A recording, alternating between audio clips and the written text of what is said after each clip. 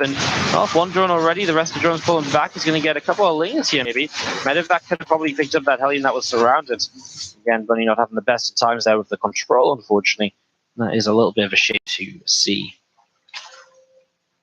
So Medevac hides away in the upper right-hand corner now. As you'll see, the Reaper on the third base is going to force a cancel on a Spore Crawler. Coming in here, you're going to see the lanes getting a Reaper surround. Lair about to finish up from Impact as well. And just a couple of Evolution Chambers from Impact going to be dropping down onto the Natural. So a couple of Evas dropping onto the Natural here. And again, that's Impact back on the other side. It's going to be finishing very shortly as well. Factory finishes up the reactor. Going to be lifting off and making space for something he had imagined for the barracks. See all the factory builds, it is going to be a tech lab. Well, that makes sense because it's a Roach-based style out of Impact. He's got that Roach run and Roach speed already on the way up. He'll go into missile upgrades here. But he didn't see that though, so he's just kind of playing tanks anyways. I mean, even if you want to play a Widowmine target fielding Bane, you often open with just a couple of tanks just as they also get it defending early on. They're very sturdy, they'll sit in place. And then, of course, if it is a Hydra-based or Roach-based composition, boom, you already have the siege tanks to come into play and to really kind of work wonders. Ja, du weißt, was ich meine. What's up, Bo Darren coming in with the Twitch Prime sub as well? Is today just like happy Twitch Prime Day or something? That's 3 in a row in like less than 2 minutes, it feels like. Thank you so much, Bo Darren. Euro zerfetzen die Dinge. For subscribing with the Twitch Prime. Appreciate it. Welcome to the Wardy family. If you are a new subscriber, guys, you do get regular replay packs. We send out Group A of this tournament on Monday. If you guys want to check that out, it's on our Discord server in the subscriber channel. !Discord if you want to get that. Creep spreading out over to the right-hand side and through the top side of the map as well. A few more roaches also coming out right here. A couple of upgrades, myself and Carapace. The 1-1 attack upgrades from Bunny as the combat shield's also coming through, coming up to being about halfway done. Reiß dir mal deine Haare alle aus, dann kommst du in Krefeld mit einer Glatze an.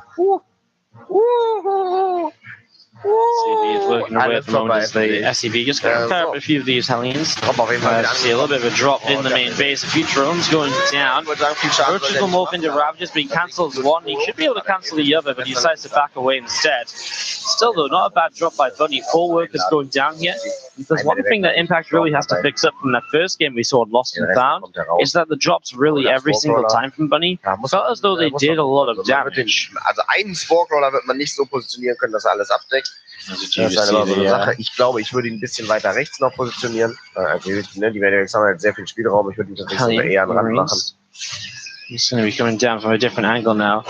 Of course, we have server lag again suddenly. It's like, it's incredible, isn't it? We have 1 5-minute game and the lag's like non-existent. We have another game that goes past the 5-minute mark. It's like, boo. You want his lag? He is lag. Roach is going to clean up these Marines. As you see more and more of these roaches currently on the way out. A couple of medevacs still coming through as well. Now going to load up full of Marines too. Just want to check something quick. Yeah, no. Well, 2 medevacs going to come out over to the right-hand side. 2 empty medevacs up top. There's a bit of a fake out from Bunny. Nothing in these, just trying to be like, hey, look at me. I've got medevacs. As you see the roaches and ravages. Gonna be kind of sitting underneath them, and Bunny's like, oh my god. Obviously, the real players, the Marines over on this right-hand side, which are backed up by a single Marauder as well. Still coming in over here and still just trying to distract. Yeah, Bunny's completely open on this right-hand side. He's starting to send a few things over here now. There's the Biostimmin in, scans for a couple of Cryptumers right away. And he'll find himself a few of these Zerglings, but as he gets surrounded, he actually might just fight this. It isn't that many Lings, and the medevac healing is good. But it's going to be a nice cleanup there as he pushes in towards the 4th base. On the other side of the map, the Roaches and Ravages will commit forwards. There's tanks and bunkers to try and hold this off. SCV's pulling as well. I love the tank positioning. Up on the high ground, set back. Very difficult for the Ravages to really connect onto and to really take down easily. A little bit worried about these 2 tanks together, but I guess there's no high ground vision on the ramp, and so the Ravages will not break through this, and Impact will be pushed away, losing almost everything there. But he does kill 18 SCVs with this attack. So he killed 18 workers, but he's only on 65 drones himself. It could be a lot higher if he wants to continue macroing. At the moment, he's building more Lings and more Roaches. The Terran army is really going to start taking a bit of a lead here. The tank number survived. The bio upgrades continue to roll on through on the engineering bays. And I think the tank surviving is maybe one of the most important things, because if you don't reset this tank count, it means that when this push finally comes, there's going to be so many siege tanks which are so good against Roaches, just ready to fight, and that's going to be extremely painful to deal with.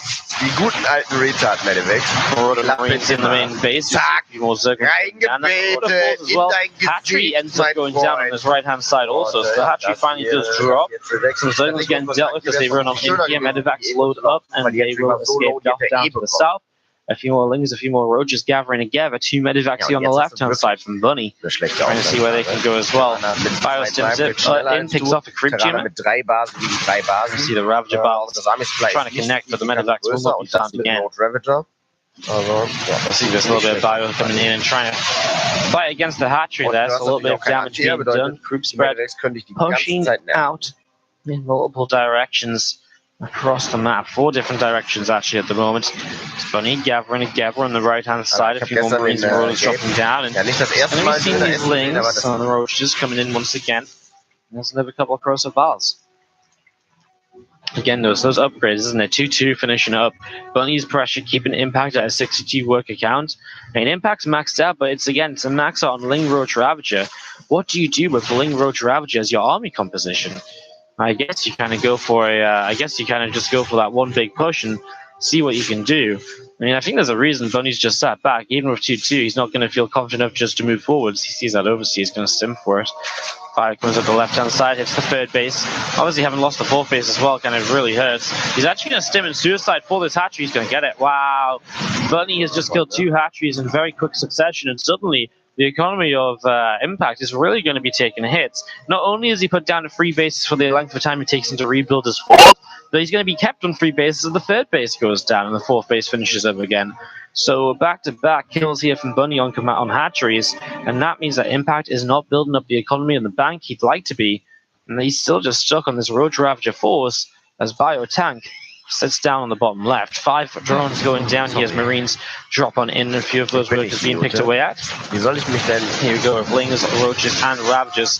Starting to push forwards right now as well, looking for a little bit more damage. 6 workers going down in total. As you do see a couple of units in the back here. Corrosive Bars not quite connecting. On the top left-hand side, we'll see those Medivacs pushed away as well. Impact starting now to deal a bit better with these drops, but maybe almost too late already. He is already hurting badly. Bunny playing well. That's a good StarCraft 2 today, honestly. Tja, Morpheus, ey. Morpheus, was ist da los? Nimm mal deine Tabletten. So, hat die Kippe aufs Maul gehauen. Nee, so, ich würde sagen, der Döner essen. Und das ist keine krasse Story, aber heiliges Kanon. Der hat einen großen Döner gegessen. Und ich kann euch sagen, der ist nicht nur als Terraner sondern auch beim Döner essen. Absoluter Vernichter. Bane's rolling down the right. See a couple of corrosive balls coming up into the skies as well. Wäre aber ziemlich sick tatsächlich. Hive, just over halfway done. Also melee, Bane speed, all of this getting ready to roll. 3 free upgrades coming in as well from our Terran player now. Obviously can't get 3 free as the Zerg until that Hive is finished, so Terran will definitely hold the lead on that. As he held the lead on 2-2 as well. Here you go, maxed out Bunny starts to push across the map. Tanks and Bio. It's a strong army against what is a slow set of Banes, mostly Roach Ravager. It's kind of like the dream army, right? I mean, you held off the Impact for a long time, you survived that first deadly attack, you kept your tank count strong. Moving forwards here, probably should kill that Ravager, yeah. I was going to say, it would be a bit of a shame not to kill it, wouldn't it? Well, tanks just need a siege up here. Right now, he is still on siege as he pushes forwards. Right, Bunny obviously feeling extremely confident. Obviously, was scanning around. Look, oh my god, that CC is just going to lift as he pulls the SUVs away. No messing around there. Planetary Fortress will finish on the other side. Here you go, he just pushes straight into this. The Banelings will disappear. Oh my god, this army is just getting deleted. To the left-hand side, Ravagers and Banes, but they're still around. You see those tanks sieging up. The Evo Chamber will go down as well. Ravager also drops. Takes a little bit of damage. Fire still stimming up as we see the Rapid Virtual going down. Green goes down. We still see those tanks firing away. All Lings and Banes running in, and you see more of these units running from the south side. So it's going to turn out to be a bit of a sandwich, though. Keep a lot of his tanks alive for a very long time, which means they're in this fight for a long time. And Impact's going to clean it up, but I think he knows that he's just too far behind. Well, well, you know, he's got money in the bank. Also er war noch in der Mainbase unterwegs, aber den Attack hat er eigentlich gut One of those times where maybe he feels though they could auf jeden Fall stick around for just a little bit longer. But in the end, Bunny takes it 2-1. Der Attack wäre auf jeden Fall be GG. geschlagen worden. Alright, well, up next is going to be Bunny versus Necho on NA. So. Gucken wir mal. Also ja, das hatte er.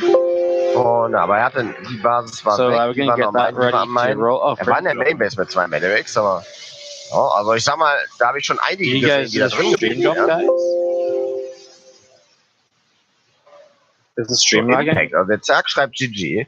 Das hätte er auf jeden Fall noch gewonnen. Hier wäre er noch genervt worden. Hier ist nur ein Marauder, die läuft noch, die läuft auch noch. Und auf der anderen Seite ist es auch nur ein Planetary sozusagen. Und er fliegt hier gerade, ja, ich meine, die Situation war jetzt nicht super, aber ich weiß nicht, ob man da unbedingt 100%ig rausgehen muss. Alright, we're gonna get this, well played. Ich danke für 6 Monate. Und, ja, Nun denn, liebe Leute, wir gehen in einen kurzen Break. Impact gegen Zest mache ich für euch als nächstes. Und dann sind wir gleich wieder mit am Start. Bleibt dran.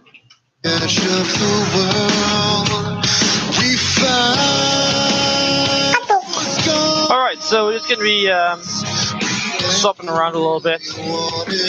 I liked a bit during the game. Huh. That's crazy. Oh well. Sorry guys, apologies.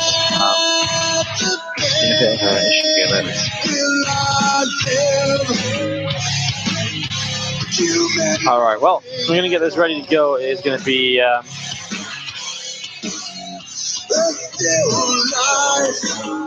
Necho versus Bunny on the second screen, I think. I think we'll watch Impact versus Zest despite the community server. So we're going to set up for that. We'll take a quick break. We'll see you guys there for Impact versus Zest. Care about the weight of the world. We touch the stars, but never really thought they would fall. Till I see the light without the change. Will I live like you meant nothing at all? It's their life.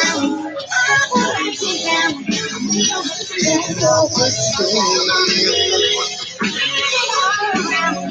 Would you throw us away? Would you beg me to stay? Do you feel like forever's come and gone? You can throw this away like a love made of clay. But I feel there's still light the other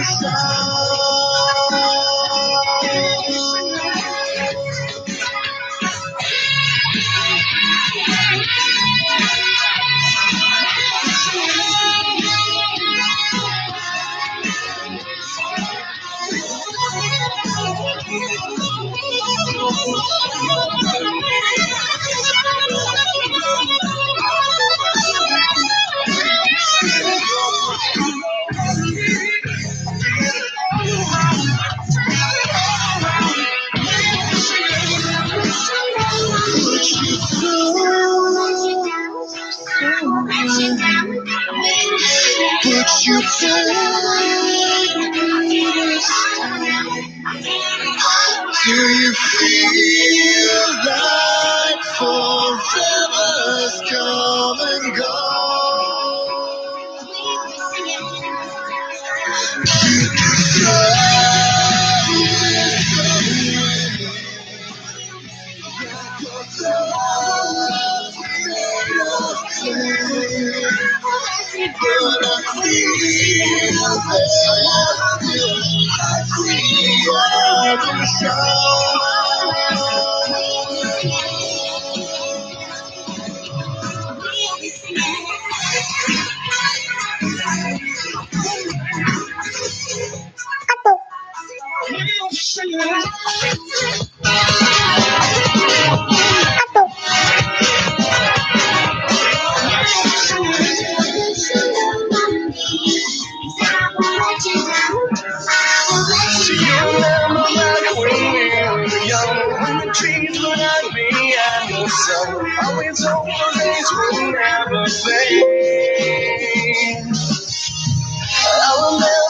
So,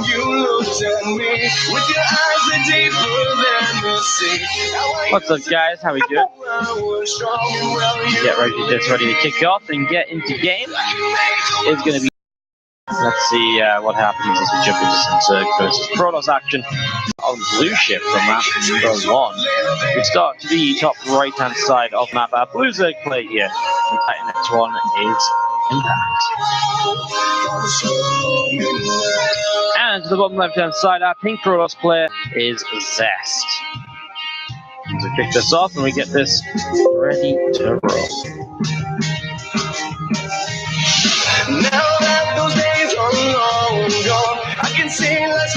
Just getting this going, looking to see what's going on at Probe Gun coming in towards the upper right side.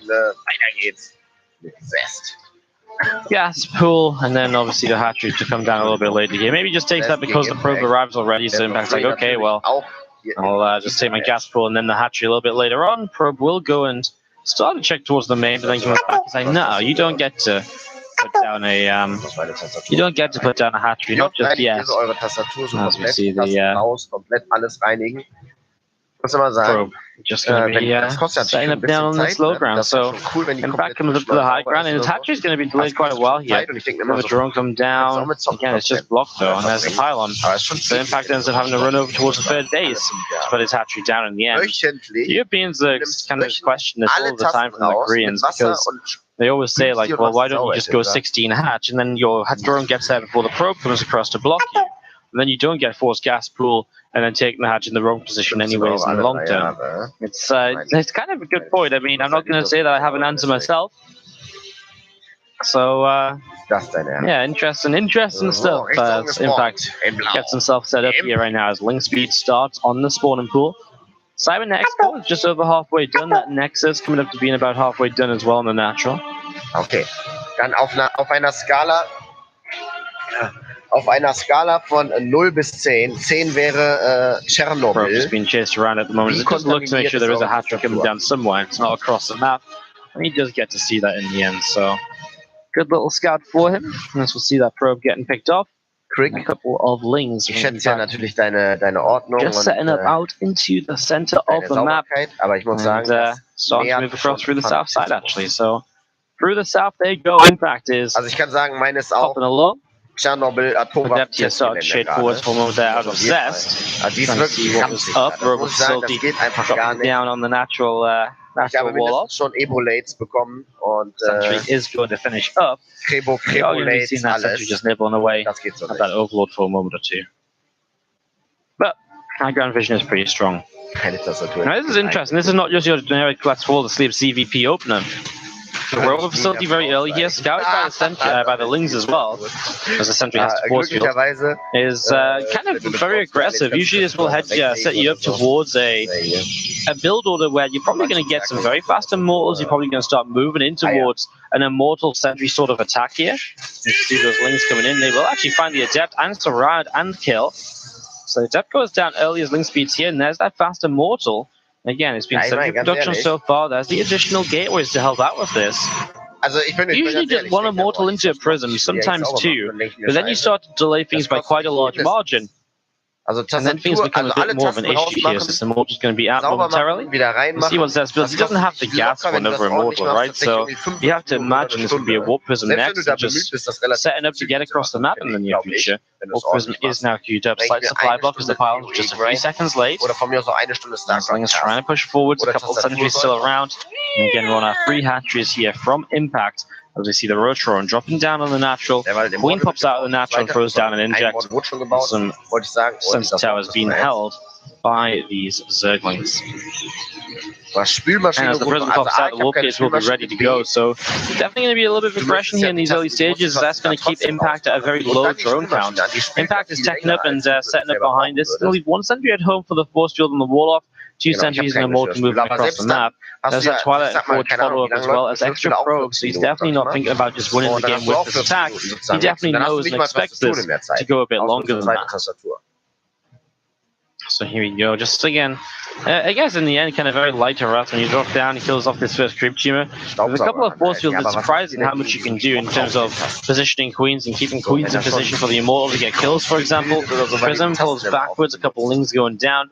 Similar trade-offs here. Again, the most important thing for Zest, I think, is that he's forcing units and he's slowing the Zerg economy down.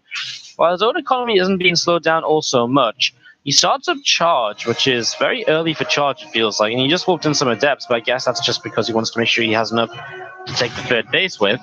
Currently getting rid of a creep tumor or so, a couple of sentries and the Immortal lift up again. And in general, as long as you have this Prism here and you're able to pay attention, you're going to be in a pretty strong spot in terms of having units to micro and being able to keep, you're going to be very safe because these units will never really be in danger. 7 roaches pop out. You look at Impact and see, well, what do you make next? Do you go into more units here? Or what exactly is the plan? The Lings on the counterattack for some force fields. That third base did not end up coming up just yet, so Lings keeping that away.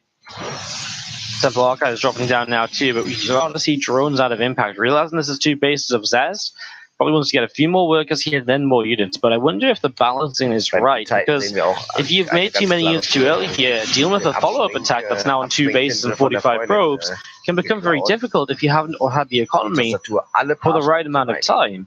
And that might just be where Impact is at right now, because I feel like this is a lot of roaches that are here just a little bit too early. And while that's obviously great for the initial push, it means that as this push surges through into later stages, it's very possible that it will begin to overwhelm. We do see Zest starting up this third Nexus. We'll see if he actually puts it to use, or puts it into, or brings it into play here.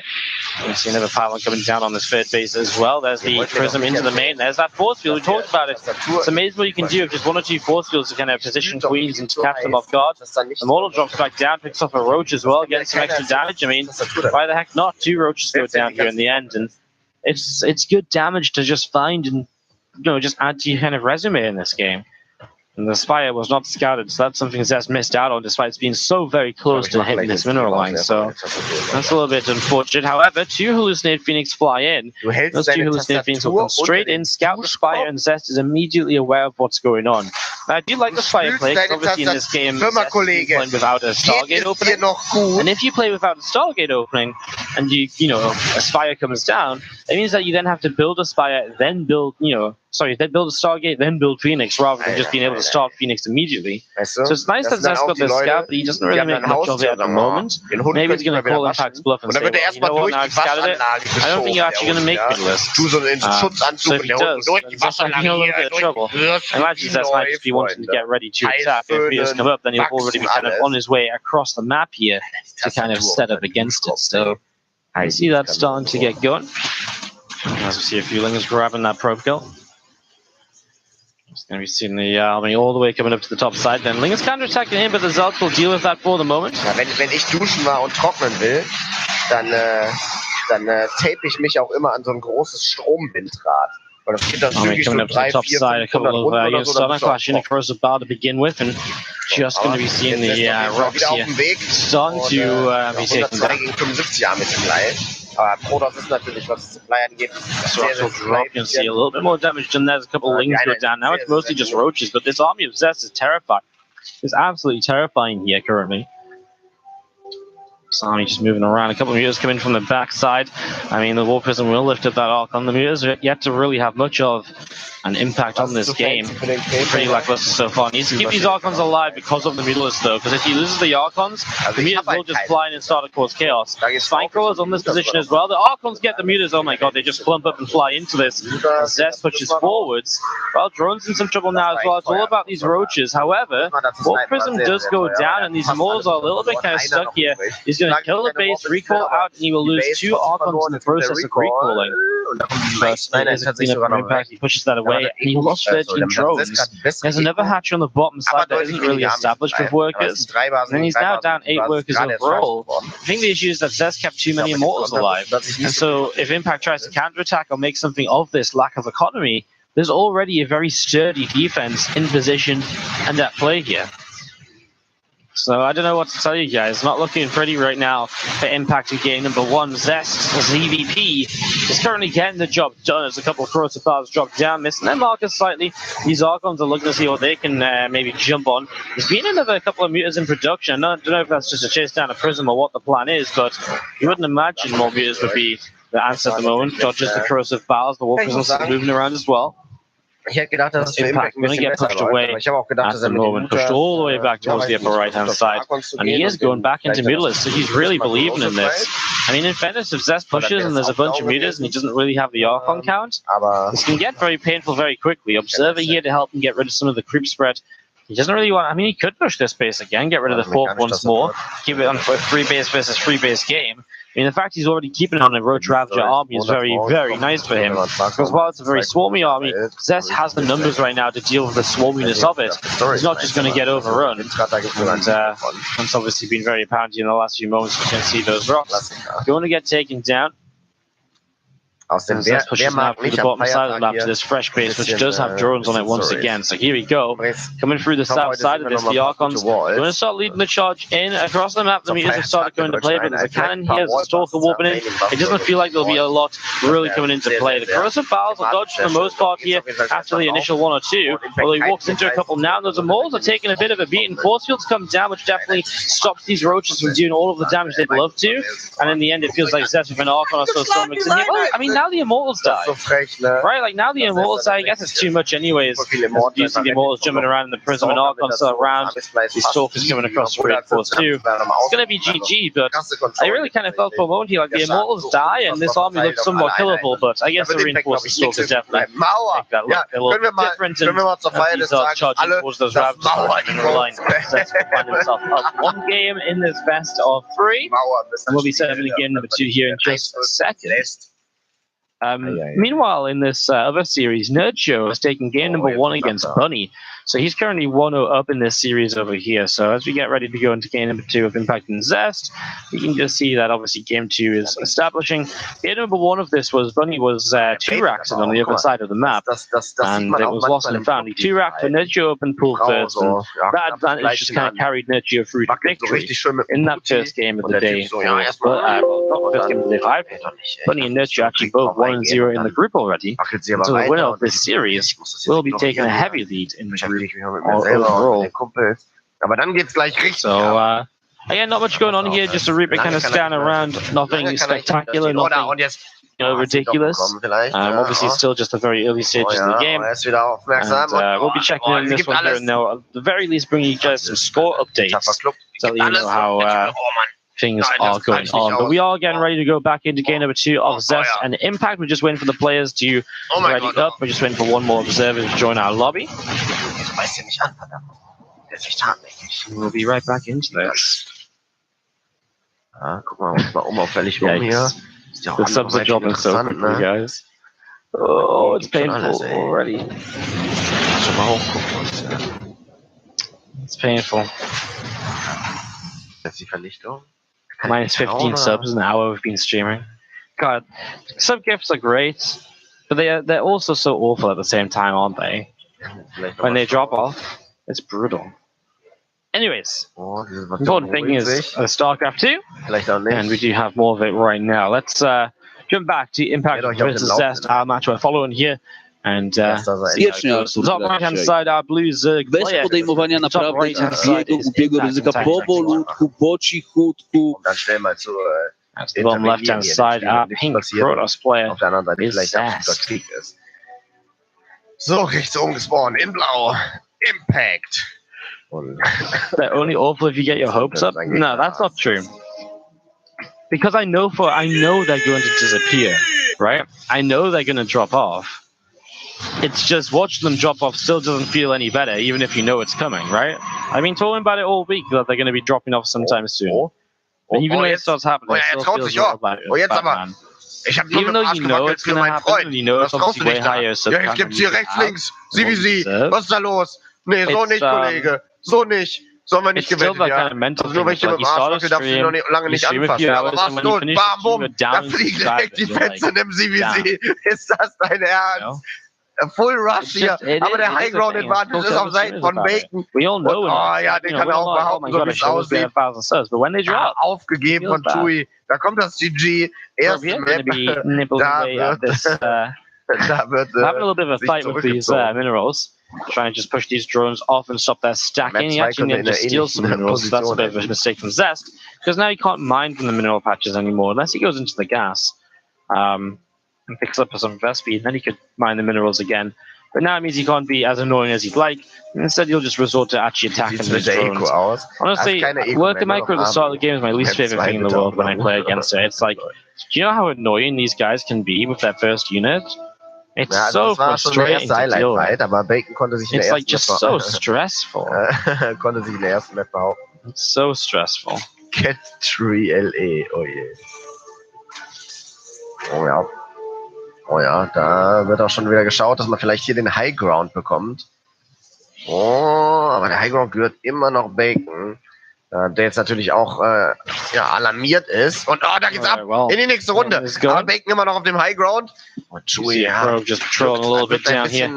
Well, he's chasing down. Twilight Council coming in from Zest, so getting that set up for himself right now as well. That Link speed.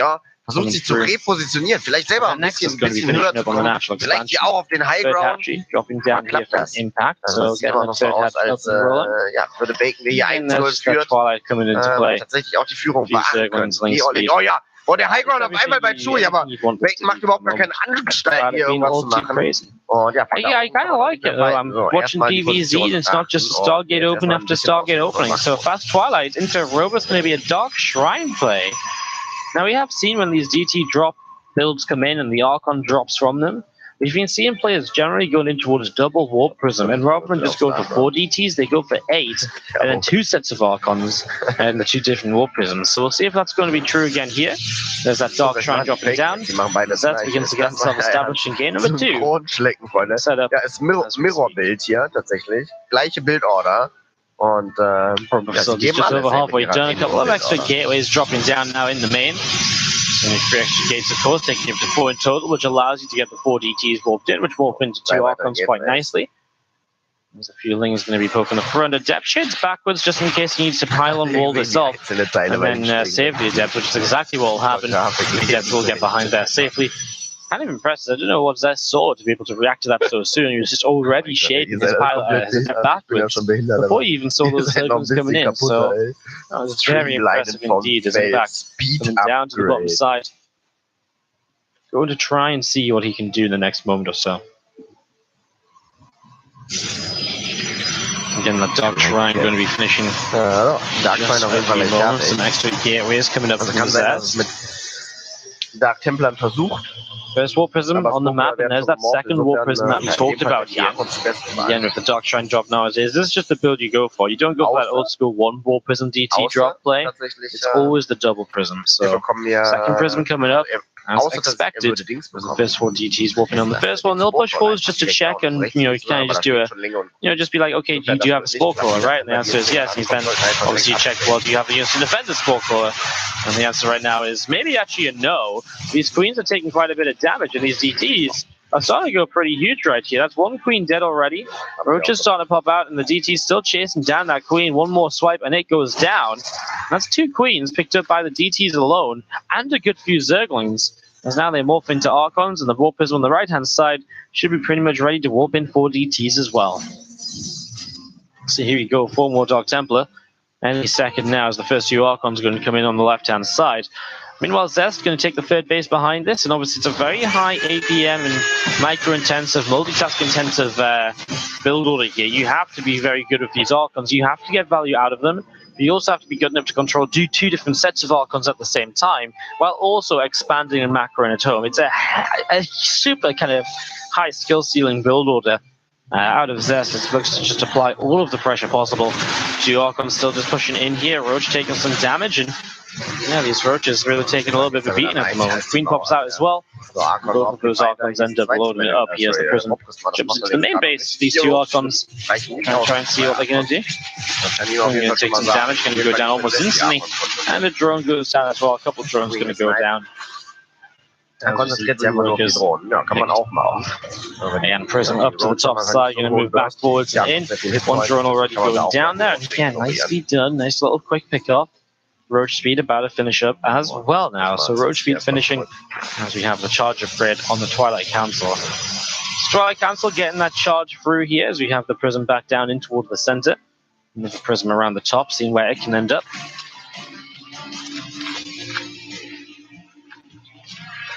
Impact morphs in a couple of Ravages. And there we go, the two War Prisms. They are going to gather together in this central section now. They are going to start coming around this right side, coming up in towards the main base. Trying to see what they can do. So here we do go, two War Prisms into the main. Roche is already taking a little bit of damage there. Overlord will get taken down. It's all been about Berserk side of the map, obviously, with this pressure from Zest. But we're about to see Zest side of the map because the army of Impact has been building up into this Roach Ravager counterattack. Now, there's a good few force fields available, and even if there's Ravagers to break those force fields, there's still that little bit of time in between dropping the force fields and the Corrosive Bile coming down, where you'll be able to see kind of these force fields coming into play. So let's see what they can do, as the Archons obviously still in the Prisms will want to come into this. Oh, great for initial force fields. Gives the Immortals a little bit of time to work with, and again replaces the initial force fields too quite nicely. The Archons take a little while to come into the action though, so they are missing for a little while. One of them goes down almost instantly, and he does save the next one and the next one as well. Just juggling these units right now as the Immortals taking a bit of a beating too. There's only so much you can micro here though, as Impact starts to break through this army. He's going to be able to take down the Zealots, he's going to be able to take down the Immortals. And Zest doesn't really have much left to play with. He'll still micro this Immortal so that he's got left over in the Prism. A very low health Archon in here as well, but all of the probes on the third base going down. The big Roach Ravager counter from Impact, big two-base play, and he is going to end up getting rewarded by taking down this third base at the very least, it feels like. Zest is still warping into community. He still only has 8 workers deficit if he can somehow hold on, but it's also a 40 army supply deficit. And this is not just purely Roaches, there is some Ravagers mixed in, so the army supply of the Zerg player is still somewhat effective. One Immortal being kept alive here has 22 kills on it. It needs to get a hell of a lot done right now to make this work out, to make this survive and live on from Zest in game number 2. That's the first series of the day. Impact looking to make up from a 1-0 deficit from earlier on today as a couple of Corrosive Biles continue to drop into play. Aber man sieht den Respekt tatsächlich auch von dem Roaches and Ravagers getting set up. Sentry nibbling away at the Overlord here. Overlord morphs into an Overseer, which will now be picked off. More Corrosive Biles coming down. Roaches and Ravagers still trying to press forwards. There's the force fields coming in and cutting this army in half a little bit. Sentry still microing around. Immortals jumping into position and in and out. There's a GG from Zest. Impact will indeed take game 2 of his best of 3. He's going to be tied up for the second time today. He took Bunny to 3 games as well. Let's see if he can win out this time in game 3, though. He's down 0-1 in the group. Zest's first matchup, and this will continue, guys, when we return from this quick 2-minute break.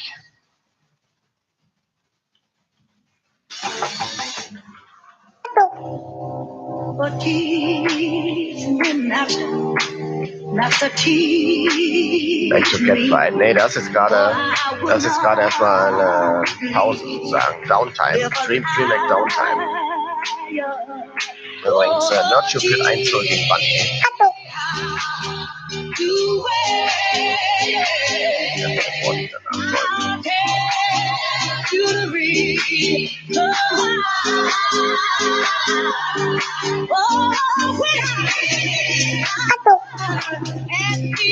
Ist der Plan? Noch ein gute Map für... ich würde sagen, für Impact ganz gute Map.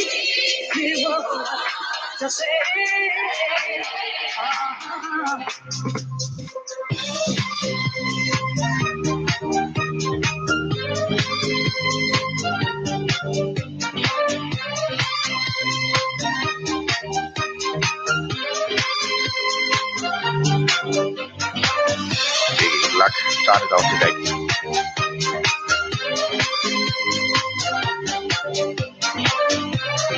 Luck's ready for gegen Block Jo.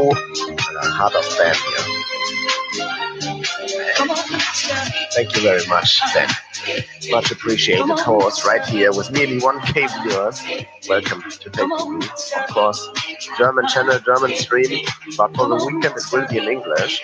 The Muslim will be playing as well for Take Spender's party. Also casted by Rotti, Wardy, Dennis, obviously Take, and me. And some players. I heard Kelazur wants to come over as well. Kelazur has a German Terran named Sheik or Rain. I guess not a lot of people know him. German Terran's insane, Hero Marine. So I will be going back to German, but for the weekend, Friday, Saturday, Sunday, technically will be hosting the main station. So thanks Ben for the host. So, wieder auf Deutsch, Best of 3, Impact und Zest 1:1 zwischen den beiden. Rechts gut gespawnt, Jamie. Welcome back, everyone. How are we doing? We're going to have you with us as we get this ready to kick off in the next few moments. Game number 3 of Zest versus Impact. Just before we go, let's jump into the fight with Bunny and Nurcho. As we see, Nurcho has been overwhelming Bunny in his game on Dream. So he's going to pick up the win here in this game number 2 to take the group. Foreigners performing very well against Koreans in the WardiTV Summer Championship event so far. And Nurcho actually just took the game seconds after I transitioned us back into Zest Impact.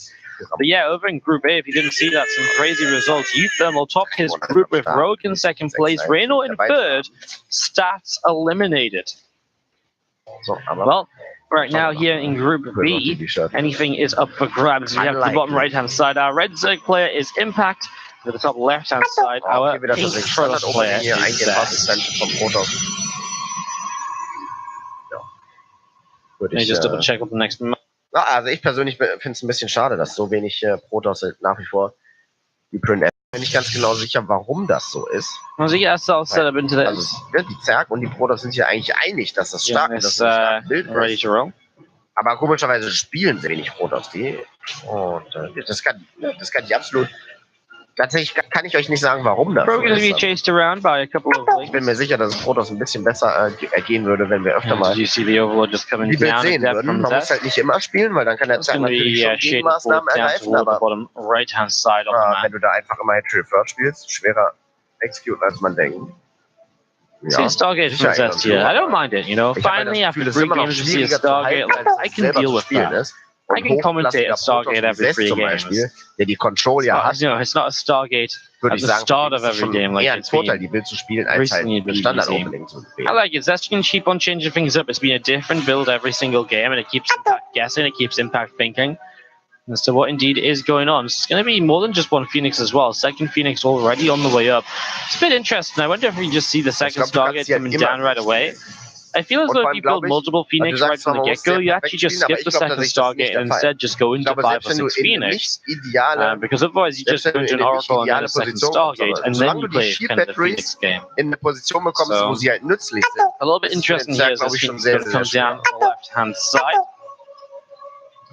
Also sagen wir mal, du würdest die nur hier hinbekommen, aber du verhinderst die extra. Dann könntest du damit, das wäre immer noch eine gute Position. Meine Erfahrung, weil du kannst dahinter immer noch expandieren. Und einfach diese Position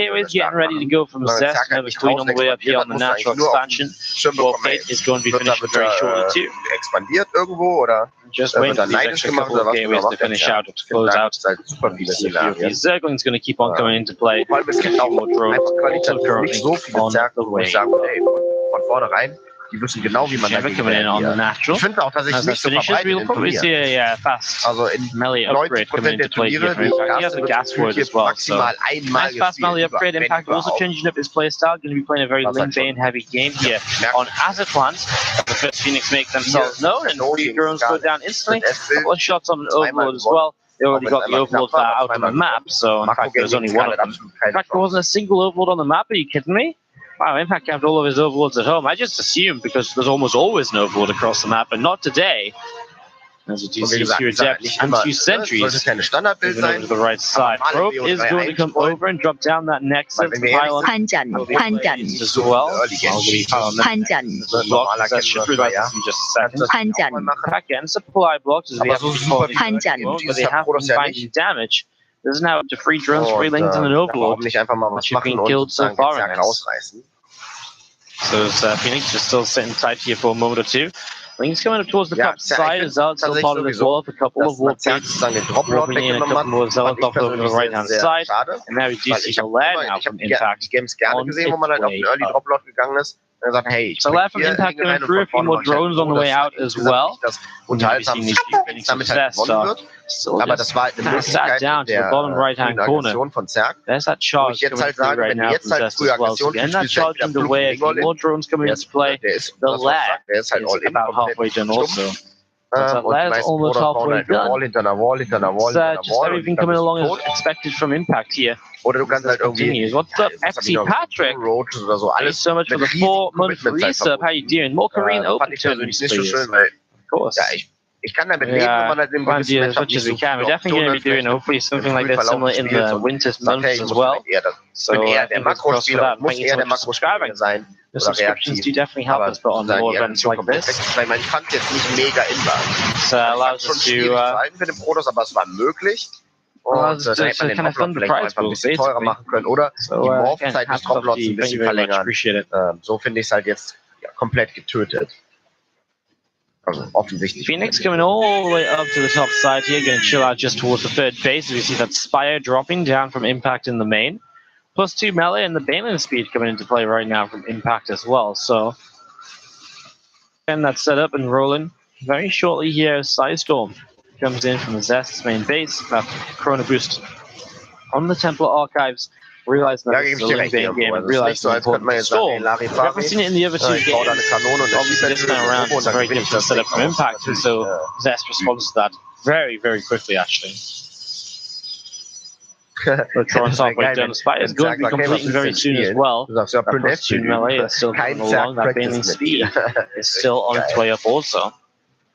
Und Refined, 11 Monate mit am Start. Barry's going to be finishing very soon in the main base, so good preparation from Zest. I mean, he's obviously seen this fire also. Or he just expects this fire. Wow, he hasn't seen it, but he does expect it. Look how defensive his bases are. The natural's kind of open, but I guess the idea is he's hoping not to let the mutas ever get here. 3 defenses on the third base and the main base. It definitely is possible for the mutas to get there, though. So we'll see if that's going to be Zest's Achilles heel in this. Das bedeutet, die Matchups sind Korea gegen Non-Korea. Corruptors on the way up. How interesting. Corruptors then. Okay. And usually, the last few times we've seen Corruptors coming in early from a Zerg player in ZVP is when it's been like double Stargate Phoenix. This is just a single Stargate Phoenix, and I kind of feel like the Corruptors are a little bit overkill just to push the Phoenix back. We'll see how they work out. We'll see if this is a strategy that Impact can meld into something that will part of an advantage. He's coming in, a Bailing going off, a couple of probes going down. Hier ist wenig zu gewinnen gerade. Corruptors getting ready. Just setting up. Again, a few units of Zest just chilling out on the left. Just down the right. Corruptors trying to chase down the Phoenix. We've seen those sentries in the Archon. Starting to nibble away at the Corruptors. Aktuell. A bit of damage being done. Cannon finishes. We are going to be seeing +2 melee. And the roach speed. Weil sie natürlich auch diese Balin is connected in. Not sure what that was actually killing. Transfer and probes, maybe? Ich denke, dass durchziehen wird. Robux still goes down and he's still trying to push the Corruptors back. I think it's just realizes, like, hey man, like, you've got Corruptors, they're not going to help you fight. Again, I guess 40 Banelings and 40 Zerglings definitely will. That's what we're heading towards right now. 42 Banelings on the production tab. It says 40 instead of 30, but hey, maybe it's just reading the future. We'll see even more of these on the way. Corruptors already just been still picked away at. I mean, forcing the Stalkers in as well. I mean, the Stalkers actually have Blink, which is kind of impressive. And with Blink against Ling Bane, I mean, Stalkers actually do pretty well against Banelings because the Banes don't trade efficiently against Stalkers like they do Zealots or Adepts. Makes this a little bit interesting. As you see the units gathering up on the left-hand side, Lings, Banes, and Roaches moving over to the left. Corruptors trying to come in towards the main base. And you see a few of these Banes actually being lifted by the Phoenix, but he needs to keep one of them out of lifting so he can actually get the kills. So a bit of a mistake there. A little bit over-eager with how he lifted those. But he will eventually get the kills, just cost him a little bit more energy than what was originally expected to come out of this. Corruptor's going to start course spraying down the main base Nexus as you see Lings are looping around the right hand side. There's already a good amount of cannons here though. And well, I guess that's what the Banelings are maybe here to try and help again. Shield batteries helping out too. Some Zealots charging in. The rest of the army coming over. So Alfred goes over to the left hand side. High Templars do have a couple of storms. They storm and move into Archons almost instantly here. These Archons on the far left are picked up though as Impact starts to rampage his way through this mineral line. On the right hand side, the Lings and Banes are pushing forward once again. Roaches also coming in here. A couple couple of cannons going down. Stalker's being picked off, and Zest kind of felt like he was in trouble. He loses the main base Nexus, which is obviously painful, loses 21 workers, but his army supply is very good, and he immediately moves across the counter. I feel like if he immediately counterattacks here, well, what is on the ground at the moment from the Zerg? 1 Bane and 8 Roaches. Things and Banes in production, but those Banes, it's a lot of Banes. The Banes are definitely the one thing you can look towards here and see what he does. He doesn't actually have a lot to really kind of shut down Banelings and to kind of tank against them. And he needs to split up these Zealots right now, otherwise these Banes are going to be overwhelming, and that is just it already, isn't it, Zest? A desperate counterattack is not going to do the job. And he drops off the supply of his opponent now. He is 70 against 160. Impact will take his first serious win of the day. Zest will start the day on a loss, but a long way to go for Zest. A lot of time for him to back things up and to get kind of rolling here. Alright guys, well up next is Nurture versus Zest. We're going to be jumping into that. In fact, we're going to follow Zest's game in general here today. Ja, also ich würde jetzt overall nicht sagen, dadurch, dass es schneller ist, gibt es dann einfach mehr Gs und gar keine Makro-Games. Ich würde nur sagen, du bist schneller Progress, also schneller entwickelt. So, ich werde Nurture gegen Zest. I get this ready to go. We're going to be going into Nurture versus Zest in return. Ich euch ein bisschen Musik auf die Ohren und dann hören wir uns gleich wieder. And we'll be jumping into that in just a few moments, guys. Let me go into the break so I can just get this sorted, get this ready to go. More StarCraft 2 action when we return from ZVP with Nurture and Zest. You'll also be keeping tabs on the Denver.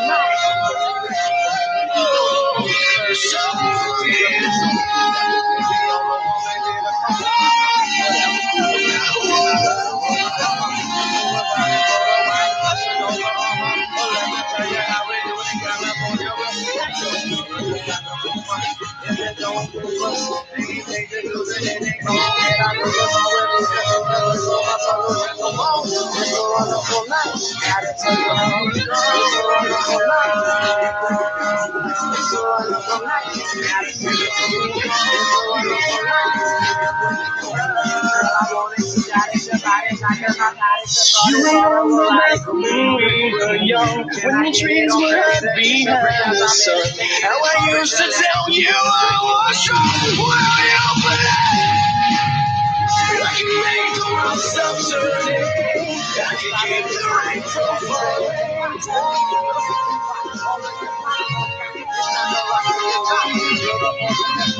I can make your dreams real. Can't hold it, I can't hold it.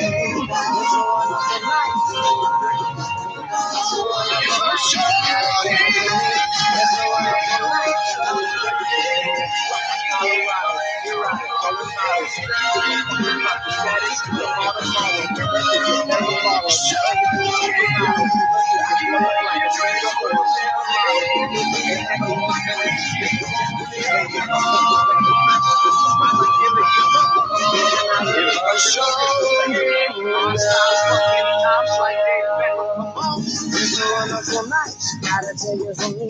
It's a wonderful night, I'm gonna bring it on. It's a wonderful night, gotta shake it from me. It's a wonderful night, it's a wonderful night, everybody can see. It's a wonderful night, it's a wonderful night, gotta shake it from me. It's a wonderful night.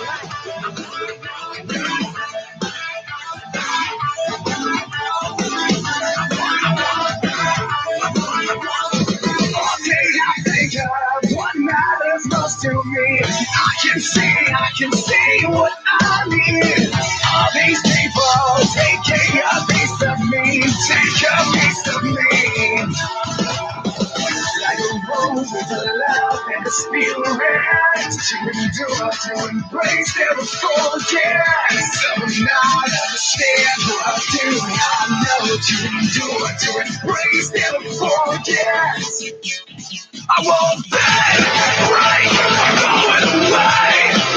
Every moment's one more chance. What's up, guys? How are we doing? We're going to be jumping into this in a moment. Give me just a second to get some lobbies first.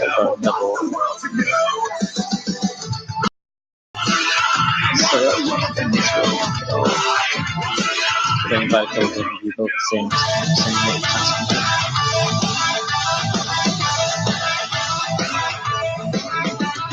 No more confusion, now the button calling. This connection. Alright, that's what's going to do here in a few moments' time. All these times when I felt the conviction, it's not hard, can't go anymore. I won't let it break, going away. Every moment's one more chance to stand. We're getting away. So where I go, I want the world to. Alright, so Denver Bunny going to get started in a moment or two, and wise.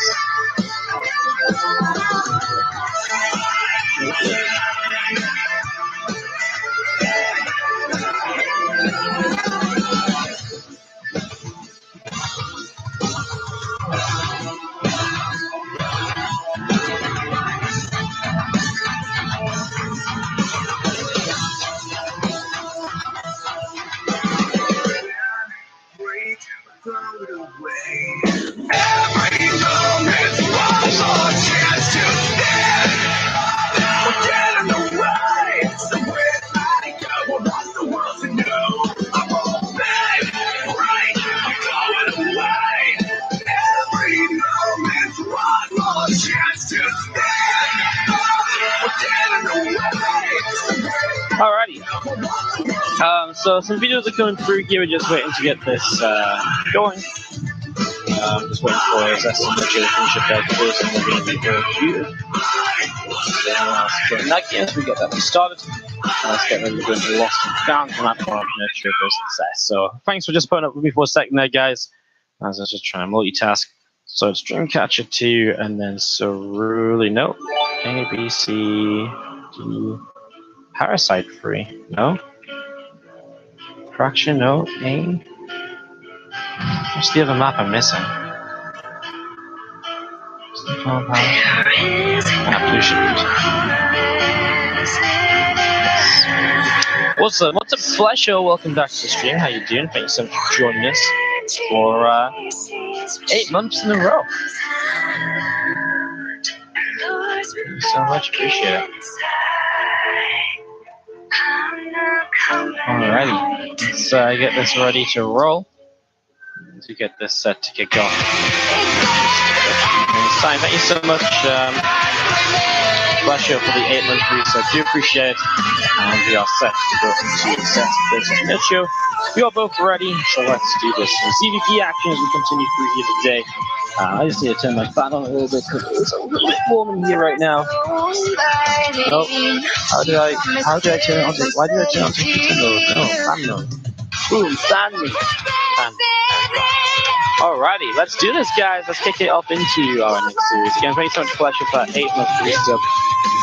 Appreciate it as we kick off into our third series of the day. This is Nurture. Moving along nicely here. After this, we've got 2 live matches remaining. We'll jump into dive into some of those replays and dissect them a little bit, see what's up. And up to the bottom left-hand side, our red Zerg play here, guys. This is Nurture. Going up against the Elite Protoss, the upper right, Zest. Game 1 of this best of 3, as we get this rolling. Let's see a couple of throws on the way out. Intrigued to see which of the builds Zest will choose to bring to the ZPP against PVZ against Nurture now. Again, to recap where we're at currently in this group. We're currently at Impact 1-1 with a loss to Bunny and a win against Zest. Currently at Denver and Zest both 0-1 as well, with Denver having lost to Nurture and Zest having lost to Impact. Then we have Bunny, who will be 1-1, sorry, who will be looking to be sat with lost. He won against Impact, lost against Nurture, which means that Nurture is 2-0, having lost against nobody and won against Denver and Bunny. So Nurture playing to stay undefeated here. While on the other side of things, Zest is looking to pick up his first win of the day. And if Zest wins this and Denver wins against Bunny, this group's going to be all over the place. It's wide open for the running. So honestly, it's going to be wide open until the very last matches, honestly. And that's what's really great about doing it this way around, playing 2 matches at a time. There's very rarely ever a time where the players are playing an unimportant match, because usually only the last matches can become important, but only then it's only if the results are fully known, etc. And obviously, if 2 matches play at the same time, those matches cannot be known. So yeah, it's kind of cool. It's kind of funky. Anyways, we set on up at the moment and get this ready to go.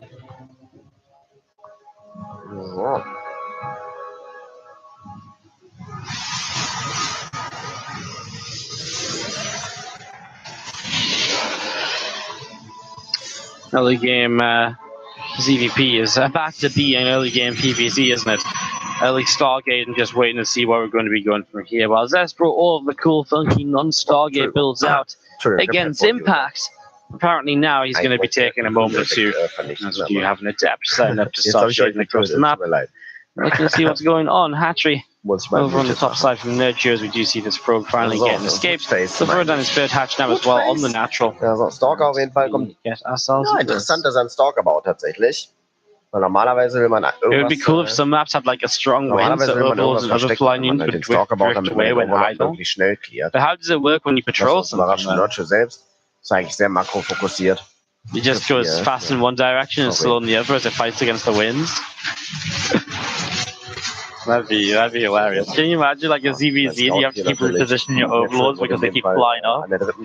You try to make Mutalisks, it's like the Mutas are like heading directly, they're like beeline it to the main base, like we're gonna hit the main, and they're just flying in, they get to here instantly, there's a gust of wind and they just get blown off and they're like, oh wait, where the fuck are we? And it's like there's like 7 spore crawls here and they just die. Mit dem Stalker wie gesagt, normalerweise will man eigentlich, wenn man den Stalker baut,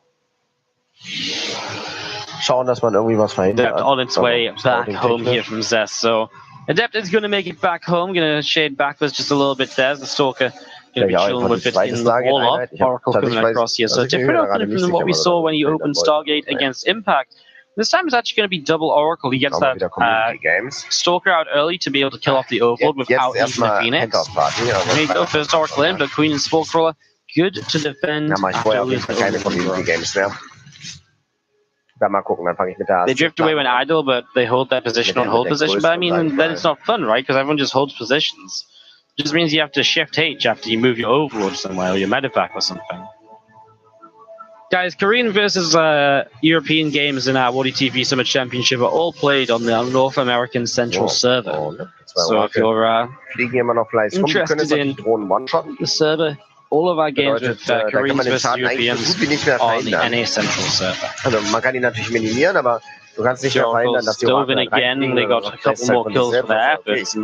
They don't go down, but they do go lose shield. They do lose a good chunk of hit points. Just down a little bit, moving on from here. Temple Archives tries to follow up tech as Charge will also start up from the Twilight Council.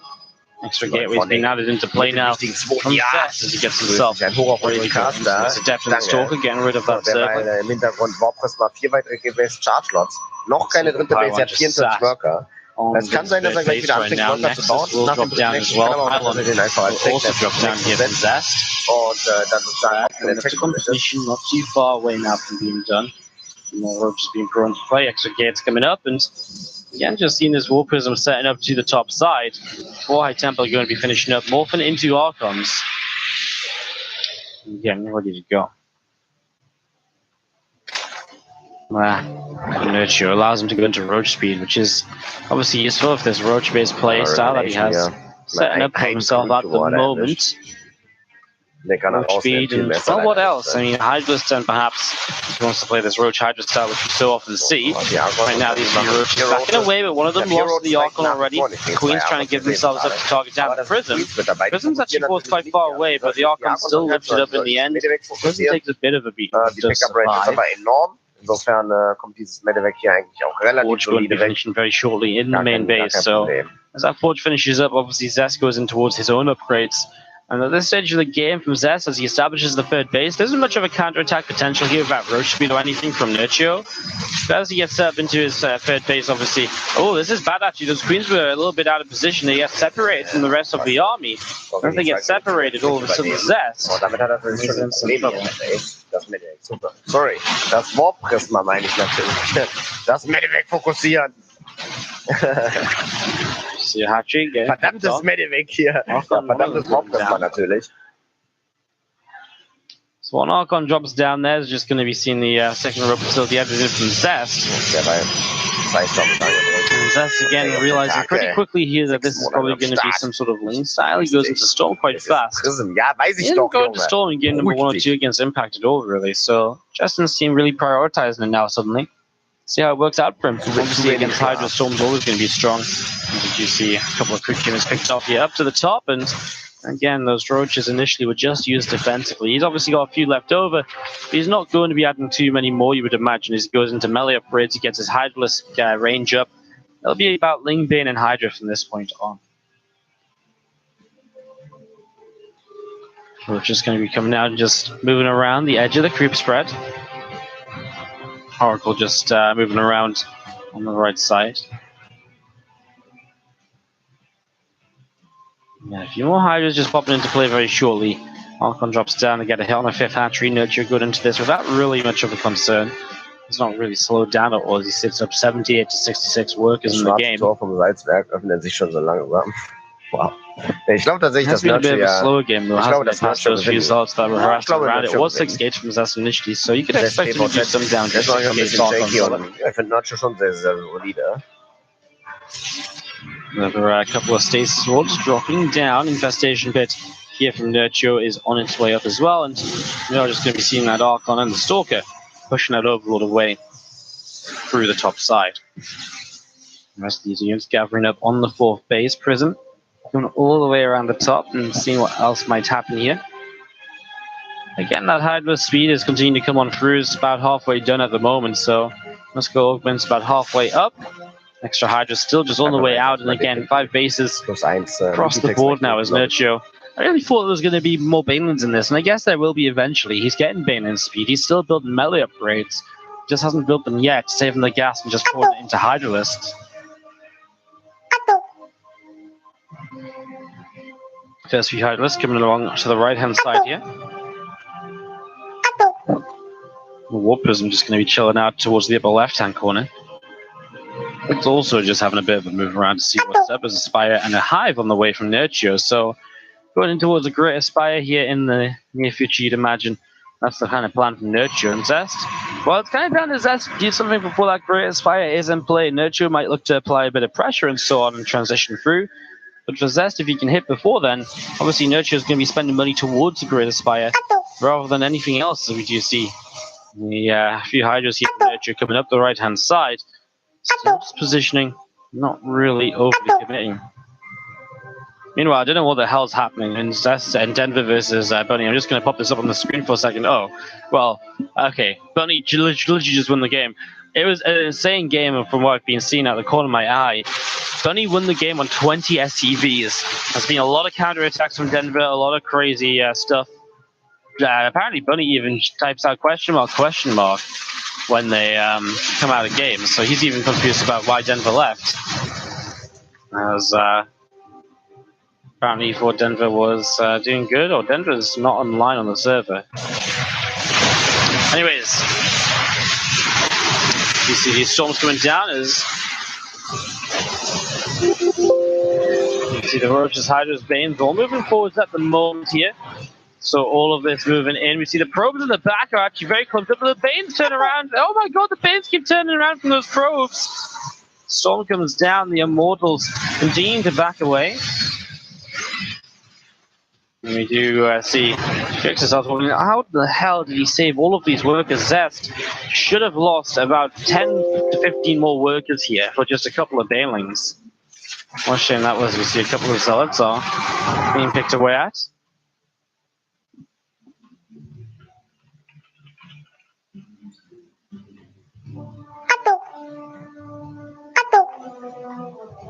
That's going to be seeing the... just pushing forwards here from Nurture, just seeing what's happening.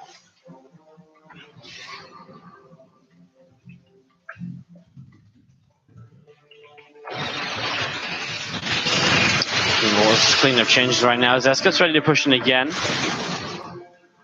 Did you see a few extra Banes? Just setting up to the top side.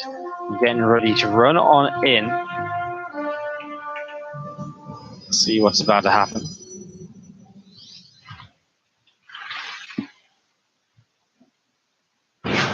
More pushing forwards.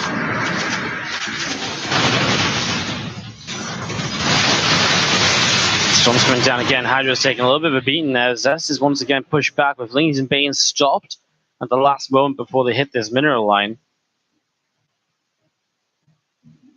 We move back in away once again here from Nurture. Coming back down towards the south. Again, a few High Templar just hidden behind the mineral line here, and just going to be seeing these Immortals being healed up by Shield Battery.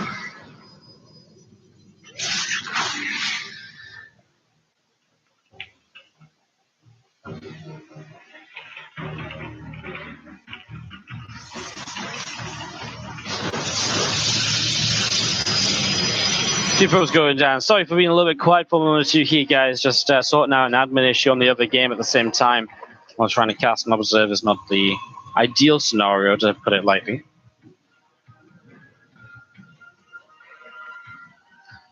Few units covering up on this right side. Zest has gotten up in towards carriers here, so he's really hitting his stride in terms of the late game Protoss army. You see this gathering together right now from Zest. And it's ready to continue through. Obviously, Nurture's trying to just keep Zest on 4 bases, though, so that this army really is just kind of like a one-hit wonder and isn't going to be able to rebuild and remax again and again. And that's why Nurture's continue to be so aggressive right now. Keeps his Broodlords back at home with a Spore Crawl army coming up. He's preparing to deal with those carriers. And did you see those interceptors coming in? And the Hydras do start to back away. Alright, things... and Bane's going to gather up together. Okay, drama over in the Bunny and Denver game. Denver disconnected. Listen to this. Denver disconnected. Bunny didn't know what was happening. We didn't know. Turns out Denver DC'd. We host up the replay to go into the replay. And Bunny's like, doesn't matter. IGG, Denver takes game 1. Oh my, I've got no idea what's going on. I told you that game was crazy. I thought Bunny had won because it looked like one of those games. It was insane. Wow, crazy. All right, well, let's take down those rocks as we do see, and fully focus now again on this PvZ. Nurture gets hit by a Revelation. Why not cast it? Because we're casting Nurture versus Zest. I can't cast 2 games at the same time. And I can't exactly hide the result when other people are streaming it at the same time. So, I mean, we may cast it after. It's just still giving results out as we go, because the results are going to be on Liquipedia anyway. Anyways, PvZ. As you see, carriers, Immortals, and sentries down on the bottom side. And you see a little bit of an army up to the top. Hydras and Banes coming in right now and just going to be pushing in, taking down a couple of the cannons. Some probes going to get blown up a little bit as well here. So that's again taking a big loss in terms of economy. And Nurture still trading out very well as we see Zest able to stop pushing these few Hydras back. 15 probes going down again as Nurture just controls the map. Looks very, very good at the moment. And Nurture has really been playing this out very well so far, as we see the rest of this army from Zest going through the top side. 10 infested added on from Nurture as well, so again, just improving his composition against these carriers. I really feel like limiting Zest to the 4 bases is giving Nurture a lot here, even denying a gas here and there. It really just stops his carrier production being all out too crazy to deal with. Broodlords are now moving forward with their Spore Crawler line. As Creep Tumors continue to press forwards as well. Zest, if he wants to win this, is going to have to play it very slow, very steady. So you see a few of these Creep Tumors being picked away at currently. So Creep Tumors going down.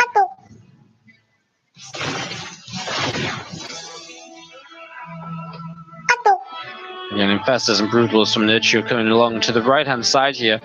So they're getting set up and ready to go. A few changes dropping into place. And this is just game one of this Zest Nurture series, guys.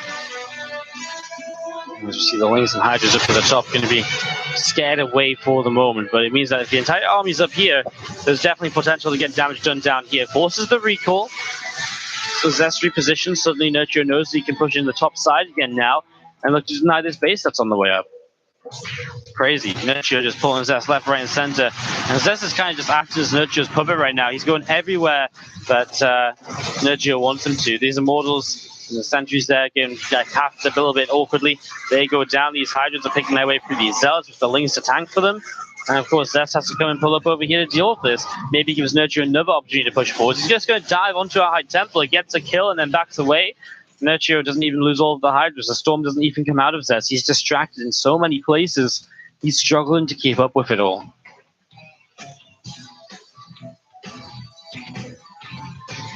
Still, this army getting ready to go. More Spore Crawlers coming across in towards the centers. You do see the Void Rays, Carriers, another ship all coming into the middle. A lot of the Lings coming up towards the top side as well here to try and see what else is going on. A few cannons firing away, and the Zerglings taking quite a few hits. More Lings coming into play. We do see a couple of Archons fully surrounded, so Nurture immediately just shutting this down, and just again, run by after run by after run by. Nurture's absolutely killing it right now. Remember, if he wins this, he might even be set to go straight through to first place in his group and advance straight to the semi-finals of the WardiTV Summer Championship. He's playing very well at the moment. As the Neuroparasites and Immortal going to use it to help kill the cannons. That's actually hilarious because the Immortal actually does a ton of damage here. Invested Terrans and Broodlings will now take it down. Zest is going to counterattack across the map as he realizes he just can't defend this base. Recall is on cooldown, so he can't get over here very quickly at all. The Broodlords are left on their own to defend this for now. The rest of the army is going to come back across and get ready to try and play the defense against the Sky Army moving forwards. Spore Crawlers are going to try and start getting to work on a few of these interceptors. Nurture going to have to take a slow and steady. Really think about how he fights this. He will be missing the Broodlords to help deal with the ground army. While Nurture takes out that far right-hand base, he still needs to be able to kill this army here. And he needs to be able to kill this army while being able to then rebuild some units here and there as well. His Broods now being pushed back by some Void Rays, which have recently spawned. Drones going down as they transfer between bases, long distance mining. Nurture runs all the way down to this bottom right side, where we are going to be seeing a Archon is going to be caught, although there's some Zealots here as well. And they actually picked off an Infestor and another Infestor too, trying to run away at the moment. Big Fungal Growth lands on that army to begin with. Good first couple of Fungals. Remember now that Zest can potentially recall out of here if he feels the need to. So you go, Fungal Growth coming down all over this again. Neuroparasites dropping where possible for Nurture. But Zest's army is looking to be just a bit too strong. Wow. Nurture tapped out, and Zest will take game one of this best of three. After Nurture, I feel, dominated the game. Right? Feels like Nurture dominated the game and Zest takes the victory. As we get ready for Dreamcatcher for map number 2, we'll go straight on into this one, guys, and get ready to continue. What kind of summer is in October? Listen, we saw the event in the summer. It was going to be done in summer. We had some delays. It's now October. We're not just going to cancel a tournament. I don't want to just cross out summer and be like the WardiTV summer crossed out / autumn finals, you know? No. It's a summer championship. We've got one more play day after today. We can live with it, okay? I believe in us. I believe we can manage to deal with it. Gogo says Nurture right from the get-go as we just wait for Zest to join our lobby.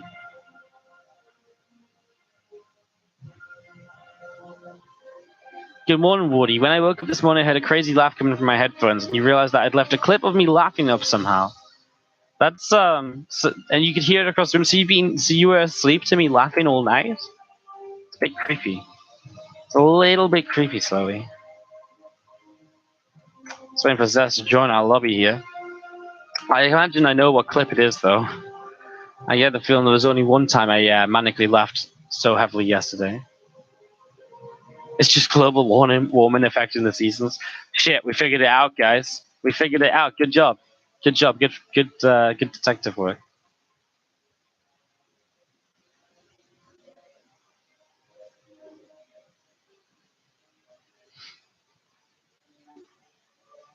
Zest is in the lobby, and if he is set to go, we'll go into game number 2. Ward Marbles had you in stitches multiple times. I was laughing a lot on Marbles, but I'm pretty sure there's one clip where it's just me absolutely dying.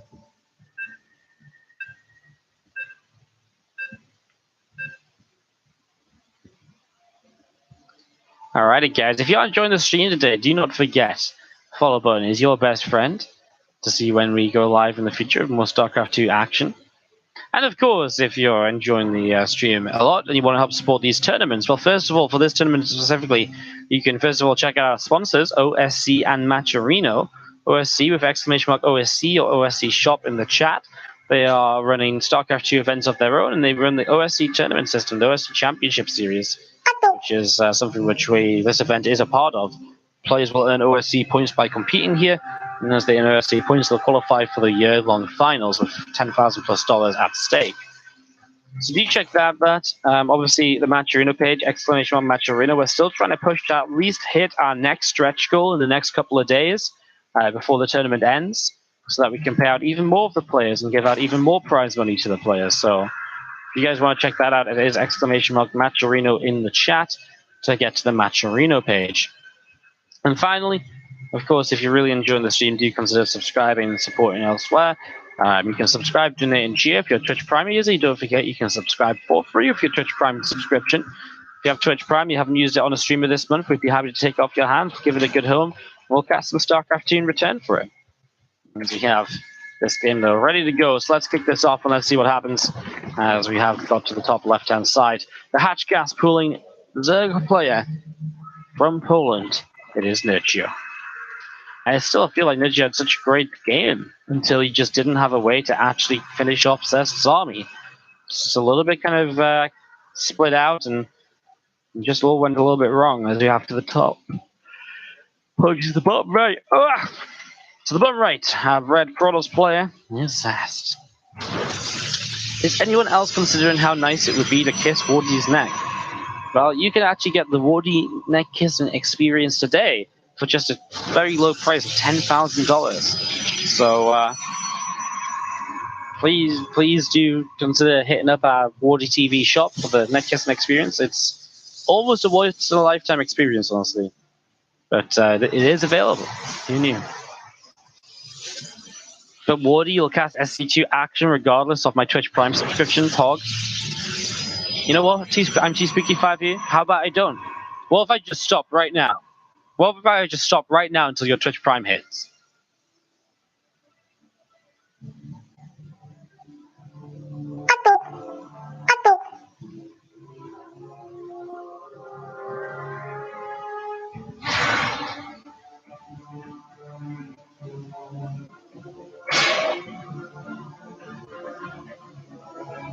You see what I mean? We could just stop at any moment. You know, we can just stop at any moment. It's not guaranteed. And I'm not going to stop because there's more people in the chat than one. Anyways, a few lings go chasing after an adept in towards the main base. And an Oracle on the way up. Zest again playing this Oracle-based opening of the Stalker to deal with the Overlords. There will be double Oracle here, not Oracle Phoenix Oracle. So double Oracle going to be the style. As Bunny, by the way, just tied things up 1-1 with Denver. As the Stalker will collect the Overlord right there. So there's that Overlord going down, and Nurture, a few more drones currently on the way in. As, yeah, we do continue to set up into this.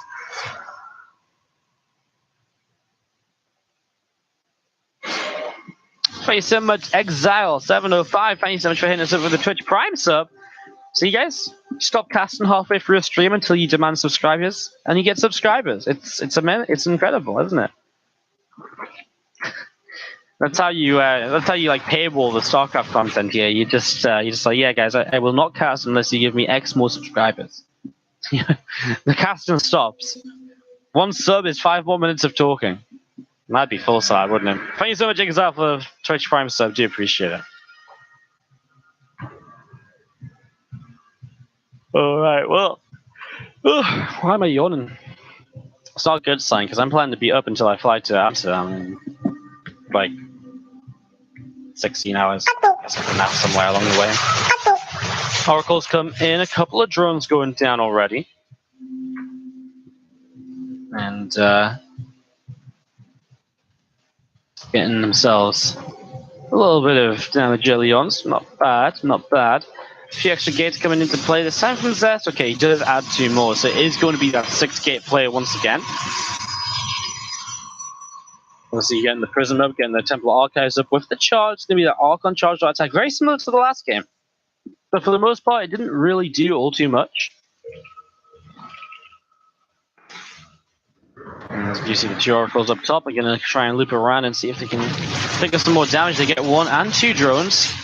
So a couple of workers getting picked off right there. 1 Oracle will fall, though. The full health Oracle as well going into that. So nice targeting by Nurture to get rid of that. I mean, maybe it would have been better to kill the low health one to guarantee a kill more easily, but still nice to take it down. He goes into some Hydras here. Muscular Augments on the way up. He's getting a Bane and S as well. He's making units on 48 drones, and it kind of feels as though this is going to be a Ling Bane Hydra attack from Nurture very aggressively, rather than continuing to drone. So, Nurture, well, we'll see, because right now it could also just be defensively against these Archons, but that's a hell of a good set of shots on the Prism, and that's already the Warp Prism down to just 36 health. Boom, all of a sudden that Warp Prism can't be as effective as it would like to be. It's pushed back. Nurture and Overlord, more Hydralists, still looking to be just units, and more units. As the Hydras come in, they find themselves the Prism shot to bring it even lower again. It did generate some shields. A couple of Hydras going down there as the Archons get some damage done. But again, keeping this Warp Prism tested and keeping it in a bit of a tough spot.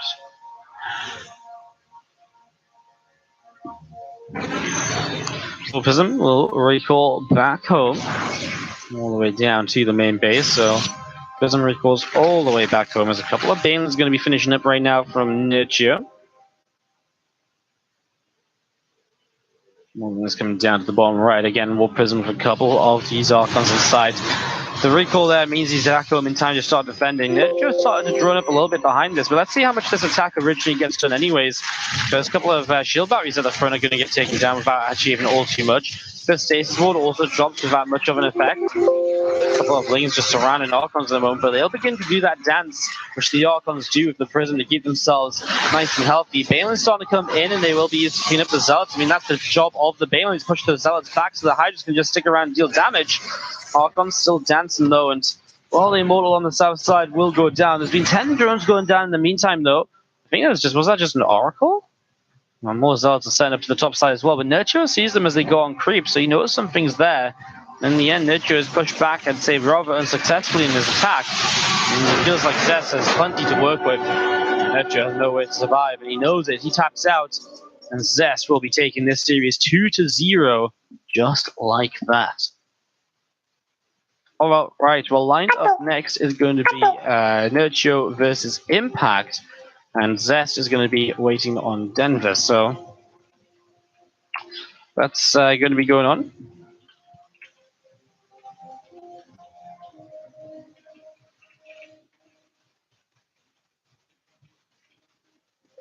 And yeah, Zest takes a 2-0, so Zest now goes 1-1 in the group, and Nurture will now be 2-1. So Nurture has Impact left to play. Zest has Denver and Bunny. Bunny is currently 1-1 with Denver, and Denver's 1-1 and Bunny's 1-1. Wow. Okay then.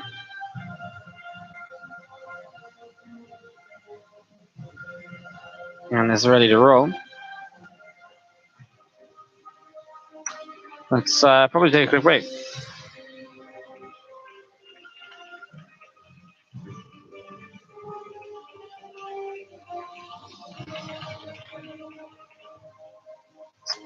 So, let's take a quick little break here, guys. We'll be back in a few moments' time. And yeah,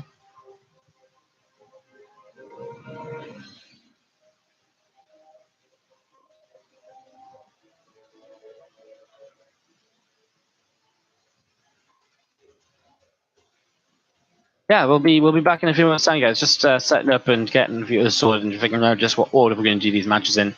We'll be right back.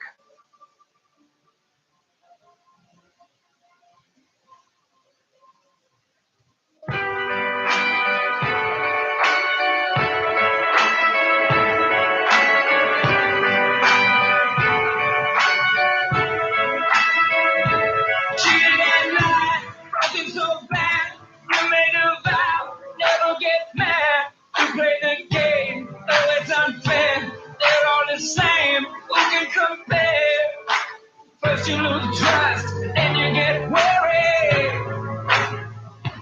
Night after night, bar after club, popping like flies. Who woke you up on the front lawn? Sprinklers turn on. It's not your house. Where'd you go wrong? First you get hurt, then you feel sorry. Flying like a cannonball, falling to the earth. Heavy as a feather when you hit the dirt. How am I the lucky one? I did not deserve. Wait around forever when you were there first. But you get hurt, and you feel sorry. There comes a time in a short life, turn it around, get a rewrite. Call it a dog, night of the soul, ticking up clocks, gravity's pull. But you get close, then you get buried. Flying like a cannonball, falling to the earth. Heavy as a feather when you hit the dirt. How am I the lucky one? I did not deserve. Wait around forever when you were there first. But you get hurt, and you feel sorry. You go inside a treatment. It's not invited now. You don't deny what you live. You get excited. You gotta feel it, or at least you can pretend. You wanna light it. You wanna light it now. You can't run both ways. You get excited. Flying like a cannonball, falling to the earth. Heavy as a feather when you hit the dirt. How am I the lucky one? I did not deserve. Wait around forever when you were there first. Flying like a cannonball, falling to the earth. Heavy as a feather when you hit the dirt. How am I the lucky one? I did not deserve. Wait around forever when you were there first. But you get close and you get worried. But you get close and you get worried. But you get close and you get worried. But you get close and you get worried.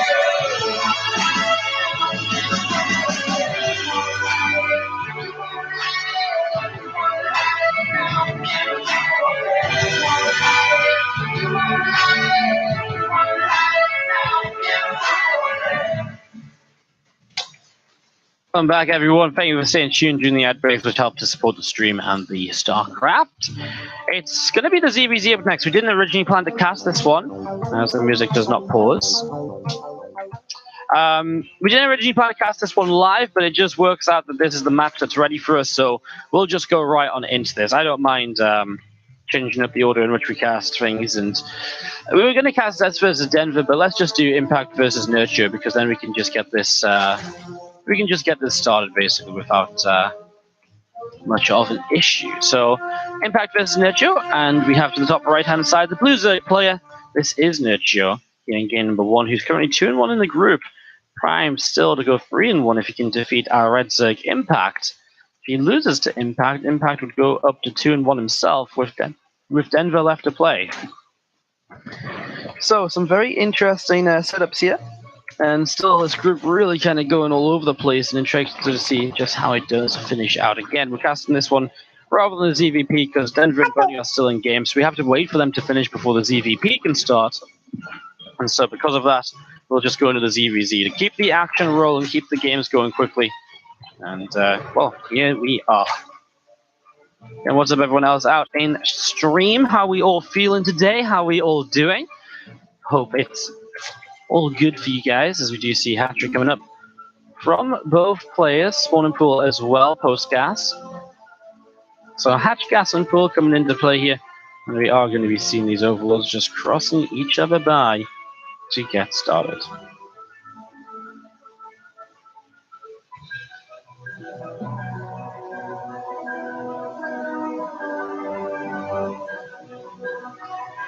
Impact's been a very strong player in the Korean scene as of late. Really has just... I feel like online really has been... pretty fantastic, and just still kind of lacks it, I feel, at big offline events. Hopefully he can start to deliver a little bit.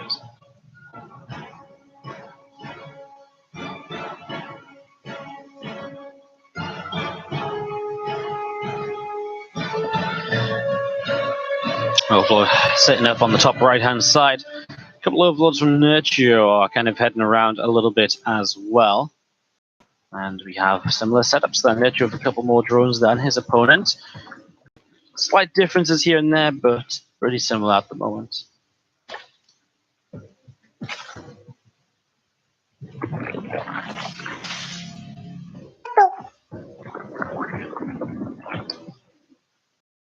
Being pushed forwards at the moment, so you see the left side, a couple of lings still from Nurture pushing forwards. And we're getting down to the bottom left side in a moment or two as we see those queens picking off one of the lings, the other lings into the main base, and it's still just running around in a couple of circles there as we'll eventually get to the corner and get ready to morph into a baneling, I'd imagine. A few zerglings just out the front of the natural. Third base is set up as well. And, well, it's still very passive ZVZ, isn't it? Even for kind of both players setting up into Ling Bane. And neither of them have really made that many units or being that aggressive. Nurture will take the slight upper hand already, starts up the missile upgrade, gets that Rotron going in the back of the mineral line. It does make Impact think, I'd imagine, seeing an Evo chamber but no Rotron in the wall-off. Probably makes them think, well, you know, it could be melee, it could be Carapace. It's not a guarantee what this is going to be just yet. So you still do have to be a little bit careful right now. Shout out to Jay Gara on 28, actually, who just came in with a purchase on the Movement store. We actually haven't mentioned Movement all day long. Or the Jigaron, or Jigaron, Jay Gara 28. Thank you so much for making a purchase on the Movement Watches store. If you guys are interested in checking out yourselves as banelings, gonna get maybe just one drone here at the end. That's a few low, maybe for the links to run by. But if you're here, dude, thank you so much for making a purchase. If you guys want to check it out yourselves, exclamation mark MVMT in the chat. We'll talk more about that in a break or some downtime, because right now this game is heating up just a little bit with some lings coming in, and the Queen already taking some shots, a couple of drones being chased down as well.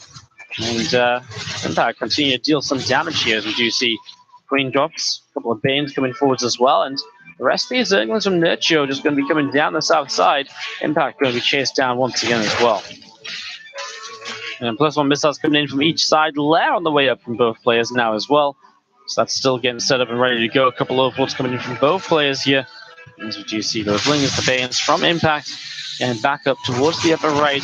One Baneling goes down already. The Ling is going to be chased as well. A couple of drones are dropping. On the other side of the map, drones going down too, though. Nurture's counterattack works some wonders. Gets 4 drones against the 2 that he loses himself. There's a couple of roaches up, but there's roaches now from Impact also. Nurture has to back away despite the +1 advantage. Impact makes a big round of roaches here. We'll see if he actually puts that to use. Nurture will keep the upgrade lead by just a little bit already with his +2 starting up. We'll keep eyes out for Impact starting +2 as well, because the more he delays that, the further ahead Nurture will have, the larger the window in which Nurture can squeeze in an attack with an upgrade lead. A couple of drones going down again as these lings find some damage and then turn it into a scout into the main base. Information again for Nurture. If you can loop around here, I don't agree with kind of run to the side, but I just feel like looping around, you can potentially morph in a, you can potentially see if there's a spy coming in or whatever.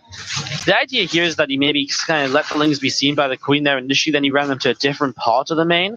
So maybe if Impact wasn't paying attention, he might have just thought he killed the lings with the Queen as they ran over, rather than instead them moving and morphing into Bane. So it's a nice little idea from Nurture. In the end, the execution was really good actually from Nurture. It's just that obviously Impact doesn't fall for the trick, right? And Zerg players do get better and better than that, but people still do it still does catch people off guard sometimes, believe it or not.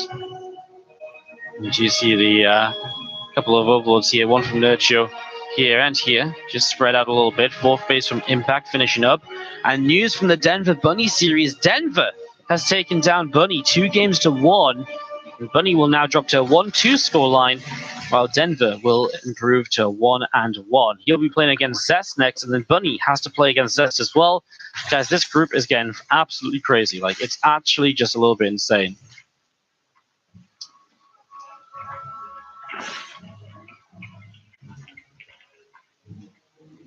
All right, well, Denver taking that 2-1 against Bunny is getting a little bit crazy. Roaches coming across down to the bottom side. Ravagers coming in. Groundsy, if you're going to accuse players of match fixing, you can never come back here again. Bye-bye.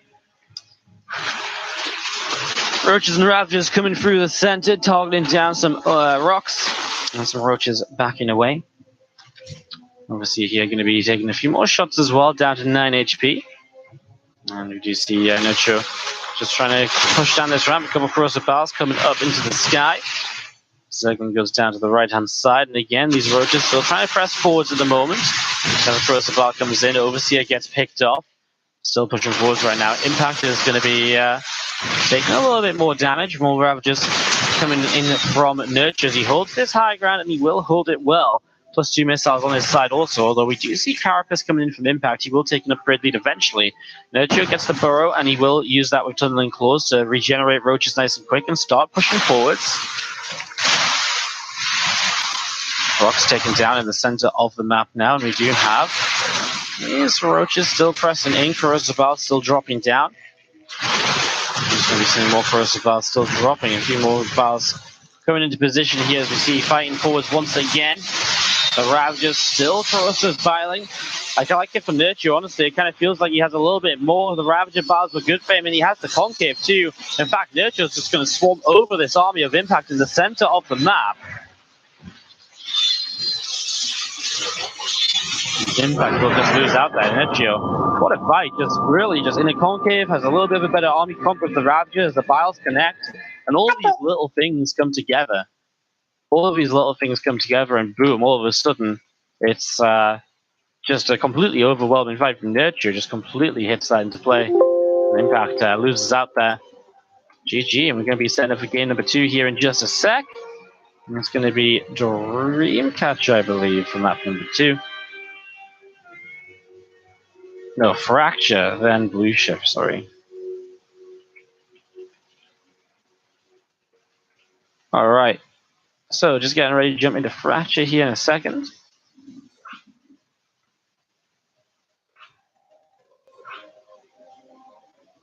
Dundon stunned while he's engaged there. I mean, maybe he just really felt like he had it. I don't know. You know, we see fights like this all the time, I feel, in ZVZ, where the player's just like, you know what, like, right here in this given moment, it doesn't look too terrible for me. It might just have been that he was kind of positioned there and he didn't really want to fight, but then he just messes up that little bit and he's like, oh, wow, now I kind of have to commit in as well. Like, there's these very tiny things that can happen throughout the course of a fight that can kind of turn you into the way of thinking, like, well, shit, now the best thing for me to do is probably here in a second. Nurture and Impact on Fracture. Players are ready. Let's kick this off.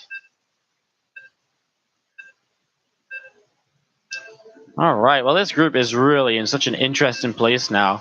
Now, Nurture is 2-1. Again, if Nurture wins this, he goes up to 3-1. Nurture wins this, he goes up to 3-1. His matches will be done. But Denver, Impact, and Zest are all currently 1-1. Bunny's 1-2, but he plays Zest, so he could obviously make things happen there. Like, this group is a hot mess of results. It really is a hot mess of results. All right, well, let's go into this and see what happens. Let's jump into game number 2 on Fracture. To the bottom right-hand side, currently down a game, our Blue Zerg player from Korea is Impact. Up left-hand side, our Red Zerg player is, of course, Nurture. Game 2 of this best of 3 series, so we get this ready to roll.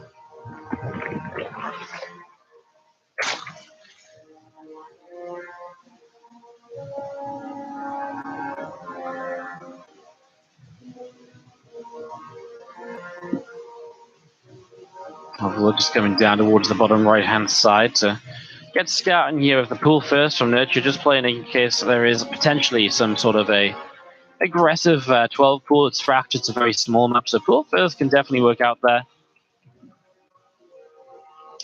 So we are also just getting Zest and Denver hosted up on our second screen. That's actually going to be broadcast live on Take TV if you guys are interested in watching some more of Zest's games. That's going to be coming up and being ready for you guys very shortly, so do stay prepared for that one. All right. What's up, Lutra? Saying silent majority here. Keep the nice work. Don't let assholes bruise you. You deserve better. My sub will come at the same time as my money. I appreciate the kind words, dude. Don't worry about subbing. Just subscribe whenever you can, wherever you can afford it. I always appreciate it. Even just tuning in helps. But honestly, like, people don't really, like... I know sometimes I might feel like, or it might sound a bit triggered and a bit like, wah, people are complaining in chat. Sometimes it's just good to get a little bit of the stress out, but it doesn't really bother me. Like, that's just, you know... It's just life, you know? Like, I'm never really bothered. Like, I don't shut the stream down and say to myself, God damn, all those people in Twitch chat are right. I don't know what a 12 pool is. How am I ever going to cast again? Because I don't understand the intricacies of 12. Like, you know, Twitch chat's right. You know, it's not really like that. I'm in pretty good spirits most of the time. Yeah, obviously, some days I get a bit tilted, but doesn't everyone? This is always a thing when you kind of a streamer or a caster, I guess, is that's one drone, and soon to be two, maybe. Is that you're always kind of on the camera, right? So when people see me complaining and having a rough day, like, everyone has rough days, just they're not usually broadcast to the world, I suppose. Anyways, Lings get 2 drones, and that third drone is actually pushed so far away that it's basically dead for a minute or so, which is kind of funky. You just see the drones coming in towards the natural. A couple of Lings coming in, you're going to pick up a drone. And Necho is still having a fantastic time here. What an opening. Some Lings across the map are going to be dealt with by the Queens and a couple of Lings of his own. And I mean, he goes down to, well, some very low health Lings. The impact's going to be very limited in terms of what he can get done there. Surgeons of Impact still just chased around at the main base. And we do just have a couple of Lings moving around in the center. I mean, Necho's actually making more Lings, realizing this has gone well for him already. He's going to try and take that and do something more with it. He's actually in a worker lead and making these Lings, as we see a Rotron and an Evo Chamber and the Lair coming up from Impact. He's trying to just completely bypass Zerglings here. So let's see what Nurture can get done, as Ling Speed will finish very soon. And that's going to be when he starts moving across the map to reveal this as well. Nurture looking for a quick win here, perhaps, in game number 2.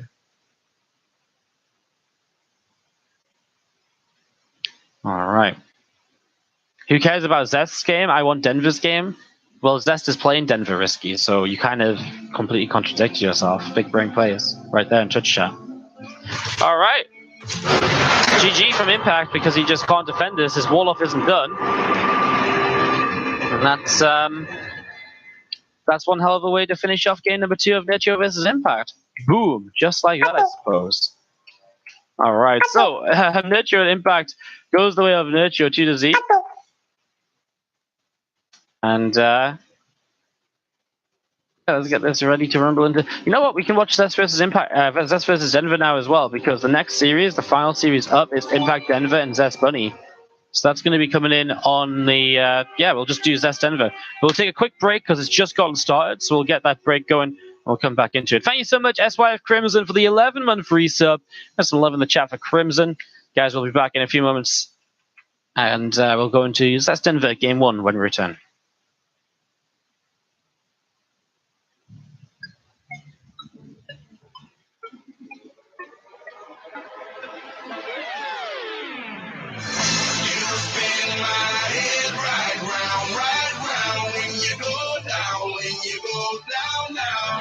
You spin my head right around when you go down, when you go down to the I got the house with my tiger hopping there with yo. I got this is the show. People to see time is precious. I look at my body out of control. Just like my mind where I'm going, the women, the shorties know not to go. So popping out my Pirelli's home. Unlike my theory, that's always on. I know the storm is coming, my pocket telling me it's gonna shower. Call up my homies, it's on and popping the night, cause that's meant to be hours. We keep a fadeaway shot, cause we ballin' and starting up on every hour. Look, mama, I owe you just like the flowers. Girl, you the truth with all that good power. You spin my head right round when you go down, when you go down. Head right around when you go down, when you go down. From the top of the pole, I want to go down. She got me throwing my money up. Ain't nothing more beautiful to be found. It's going down. From the top of the pole, I want to go down. She got me throwing my money up. Ain't nothing more beautiful to be found. It's going down. Charlie must know I'm the man. My money love her like the number 1 fan. Don't open my mouth, let her talk on my pants. My Benjamin Franklin. A couple of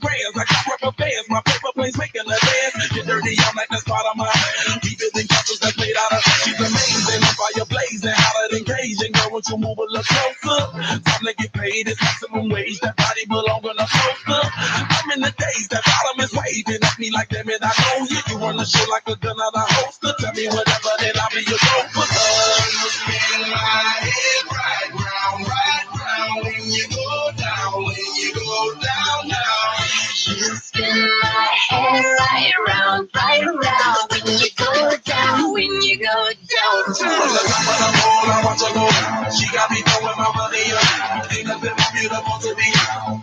It's going down, down. From the top of the pole, I watch her go down. She got me throwing my money up. Ain't nothing more beautiful to be down. It's going down, down. Yeah, I'm spending my money. I'm out of control. Somebody help me. She taking my bankroll. But I'm king of the club. And I'm wearing a crown. Popping these bottles, touching these bottles, watching me have to go home.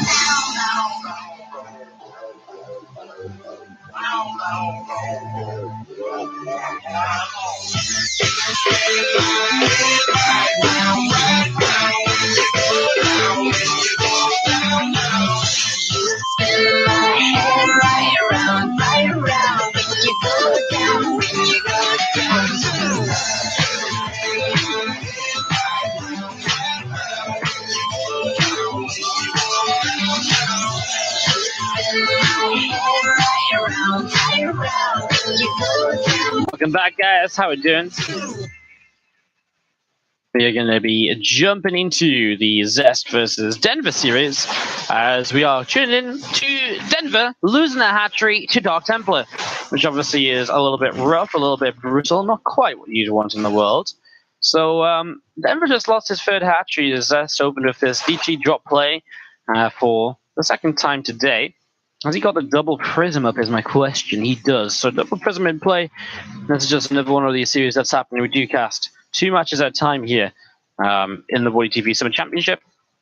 But this one obviously taking a little bit longer than the ZVZ took. So we'll jump into this series. We'll finish Zest Denver. Then we'll go into our final live series of the day, which is going to be Zest versus Bunny. And we've seen the drop lords getting set up here from Denver. Sorry, there's a couple of prisms getting set up from Denver. I just didn't know what was being lifted there. I'm not actually observing this. I'm following Naruto's view because my observing potential on the second monitor is a bit limited. So we're using Naruto's view instead to catch part of this game. I truly dread January when my Prime comes up for renewal and you lose the ability to ad block. Honestly, like I would rebel. I would cancel Prime and get Twitch Turbo because, God, man, like. I mean, I know I love Prime subs, don't get me wrong, but Turbo is so much better. Like, I only have Twitch Prime because I want the ad-free viewing. So I would 100% rather pay for Twitch Turbo than pay for more Twitch Prime, you know? Got ourselves set up here at the moment as these roaches trying to attack in from Denver. He actually gets a few drones and he gets a few Unity from Zest as well. The Archons across the map, though, are keeping Zest on Denver on just 2 bases. The Immortal and the DT coming in. There's those Archons now in play. The roaches getting picked off as they spawn in Denver. Just can't get up to a third base no matter what he tries with these roaches on that bottom left-hand side. Immortal being chased away at the moment, being chased off down further to the south. And we'll be seeing a lot of those roaches getting picked off, and there is GG being called. Zest will pick up game number 1 against Denver here in this best-of-3 series, and he'll go up 1-0. And we're going to be jumping into game number 2 of this in just a few moments' time to keep this action underway. Let's see what map number 2 is going to be. Blue Shift.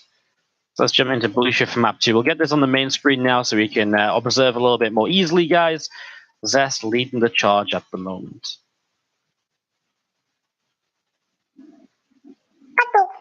All right.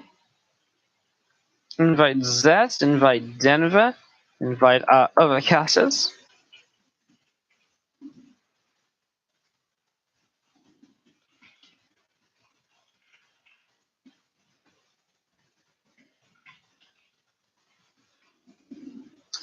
Get this ready to continue in the next few moments. So getting this setting up, just waiting for our casters to join the lobby, waiting for Denver as well. And getting this ready to roll.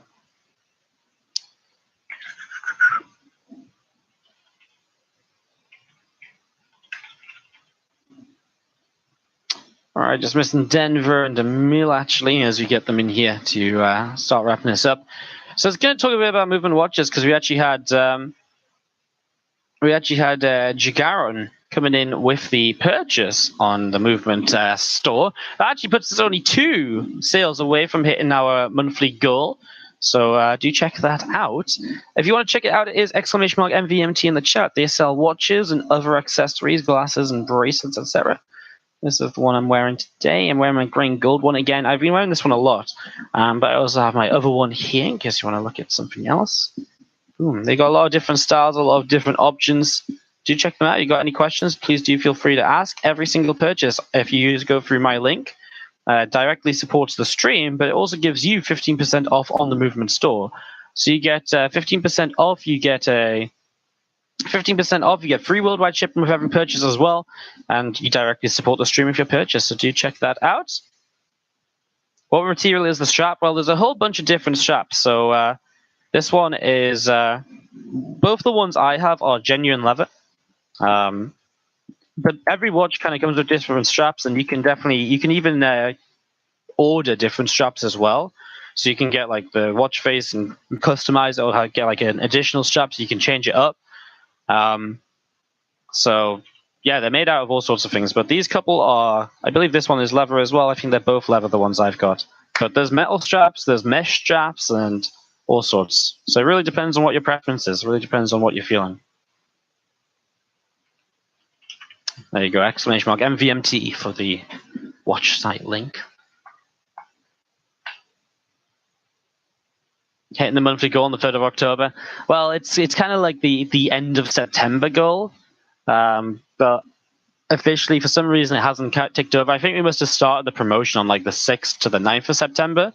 So it's like, we've got like a few days to finally kind of wrap up the monthly goal. Like, it's just not kind of dedicated to when the month starts. It was when the campaign started, I guess. So, yeah. Guys, up a game to the bottom left-hand side. Our blue Protoss player here for game number 2 is Zest. And we do have to the top right-hand side, the orange Zerg player, Denver.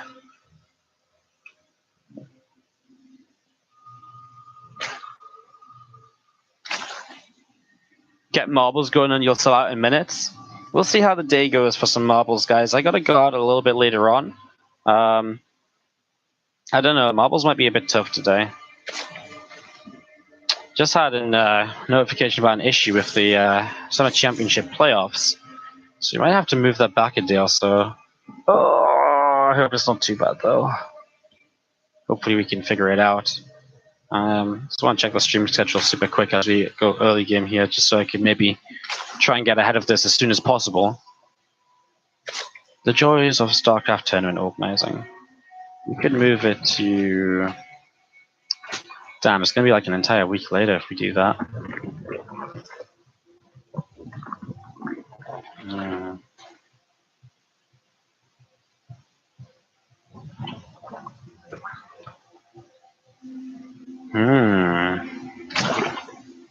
We can move it there. That could work, actually. Might move it back a few days. We'll talk to the players, though, and try and figure it out. And just check if it's okay. Someone coming in with the $7 on the Matcherino page. Who is that? Thank you so much to Iziel2003. Thank you so much for the $7 on top of the 25 you've already added to this tournament earlier, if not even more. Says, go, Wardy, go. Thank you so much. That puts us actually just from hitting our stretch goal on the Matcherino page. When we hit that stretch goal, the number of players we pay out in the tournament will increase up players who hit the round of 8 in the play-in tournament. So you're basically getting some extra to the players. Again, the more money we raise on the !Matcherino page, the more money we're able to give out to the players, the more likely we are to put on more of these events. The more successful this event was in the first place, and the more money we raise on Matcherino, the more likely Matcherino will give us more coupon codes to use again for future tournaments, and all sorts of wonderful things like that. So do check that out, !Matcherino in the chat. If you've got a couple dollars to spare, it all helps pushing that stretch goal. It all helps us pushing forwards and all of that good stuff. As we see this Adept shading in, and we do see Denver going to lose a Zergling there as that Adept comes through looking good in the process. Link speed starting up here from Denver. On the top right-hand side, that third hatchery coming up to being about halfway done. The Adept still coming along as well. And the Overlord of Denver just going to be slowly approaching the main base in the next few moments. So, Overlord approaching the main. It's a full wall off here of the 2 gates, which means that we're probably not going to be seeing an immediate kind of play in towards like the Temple Twilight Council and the Robo. It's going to go up to 3 gates right now, which generally means a few Adepts coming in behind this Oracle. And they'll probably join up together to try and deal some damage in these early stages. Overlord falls, and the Phoenix is going to be starting to move across towards the right side. A couple of Lings coming in towards the center as well. So a couple of Lings through the center down towards the bottom left-hand side.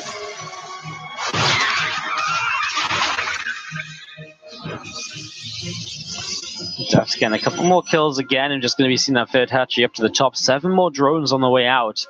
There's a few more drones come into play. Here we see that Twilight coming down, that Gateway coming into play. Warp Gate is indeed finished up here from Zest.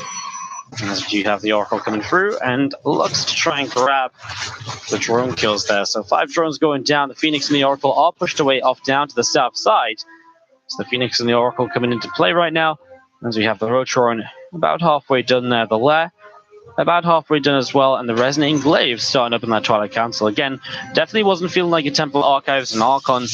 If you get extra 2 gates very quickly, it does allow you to kind of get that Adept production rolling, meaning that when you are up on a bunch of Adepts, you can get Glaives, and all of a sudden, that obviously becomes a very powerful combination in, all said and done. Pylon here starts to build on up from Zest. On the third base, Lair is just about to finish up here as well in the main, so that's going to be done in a moment or two. Oracle and the Phoenix coming around the top side, and the Nexus dropping back down. As you see, the probe drops the pylon and just going to get back to mining too. A few Lings trying to poke forwards. 4 Roaches on the way up. Roach speed coming into play as well. A few more Adepts being warped in. Zest is getting ready to move across the map any moment now. Denver's had good information though. He's been poking around the front. He's been able to get some info here throughout these early stages. And those Adepts continue to move over to the right-hand side. As you see, this Phoenix is attacking down that Overlord. So Overlord gets picked off. There go the Adepts. They shade in, but they don't hit the mineral line. In fact, Roaches come in from the right side, so they decide to back away.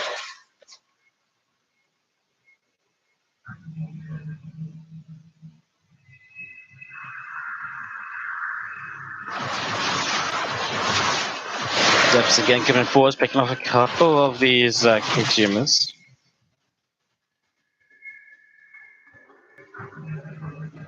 So a couple of consumers going down again. Phoenix going to try and nibble away to the Overlord at the moment and get some extra damage done on the map. Denver will morph in an Overseer, which should save this actually.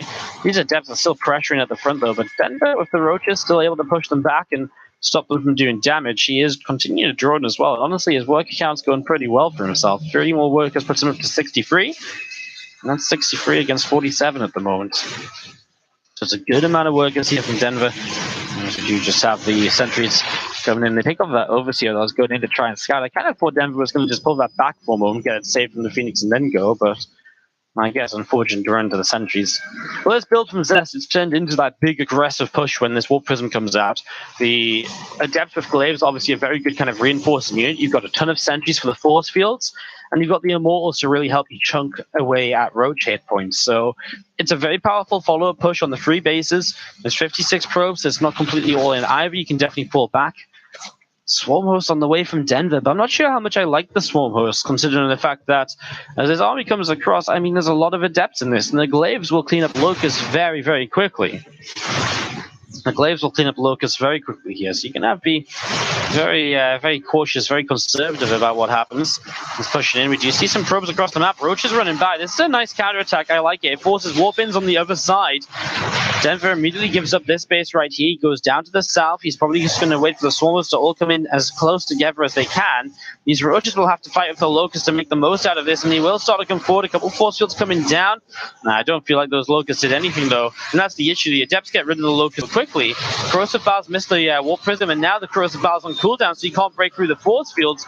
Roach is trying to fight this across the map. I mean, he did good damage with those initial Roaches. Here come a few more Locusts popping on in, but now drones are going down all over the shot because they're long distance mining. There's workers over here that are just, completely dead from before. And it looks as though Zest is looking very good to take game 2 and the series. He will now be 2-1 in this group, while Denver will drop to being 1-2. With Impact like to play. Another set of Locusts coming up though. Denver going to try and hold on to this until the very end. And okay, the Locusts are going to start doing some damage. The Adepts were in the back for a moment or so there. Obviously the Sentry's running out of energy, so they're not as useful anymore. But the Stalkers are here, continue to deal some damage, and Zest will take game number 2.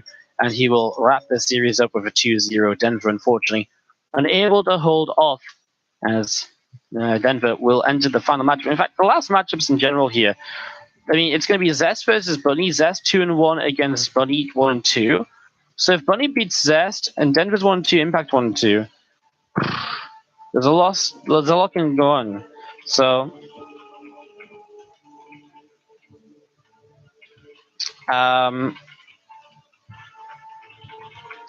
yeah, we're going to hop over to Korea for Zest versus Bunny, our final live series of the day. Meanwhile, Impact will play Denver. They're both important matches. The only thing guaranteed right now, though, is that Nurture will go through this group. The question is, did he go through in first place or not? And that's what matters based on what happens with Zest. If Zest wins 2-0 or 2-1, actually, if Zest just wins the series, he will advance over Nurture in first place. And if Nurture wins and goes through the group in second, so yeah, Zest can still go through the group in first place. Okay, interesting. I mean, anyone can still advance here. It really depends on these final results. If Denver beats Impact and Zest beats Bunny, then Denver will advance as well. So everything to play for going into our final 2 matches. Guys, are going to be back in just 2 minutes time. Make that 3 minutes time because we're between series. We've got to do videos. 3 minutes time, we'll be back, and it's going to be Zest Bunny for us in a few moments' time.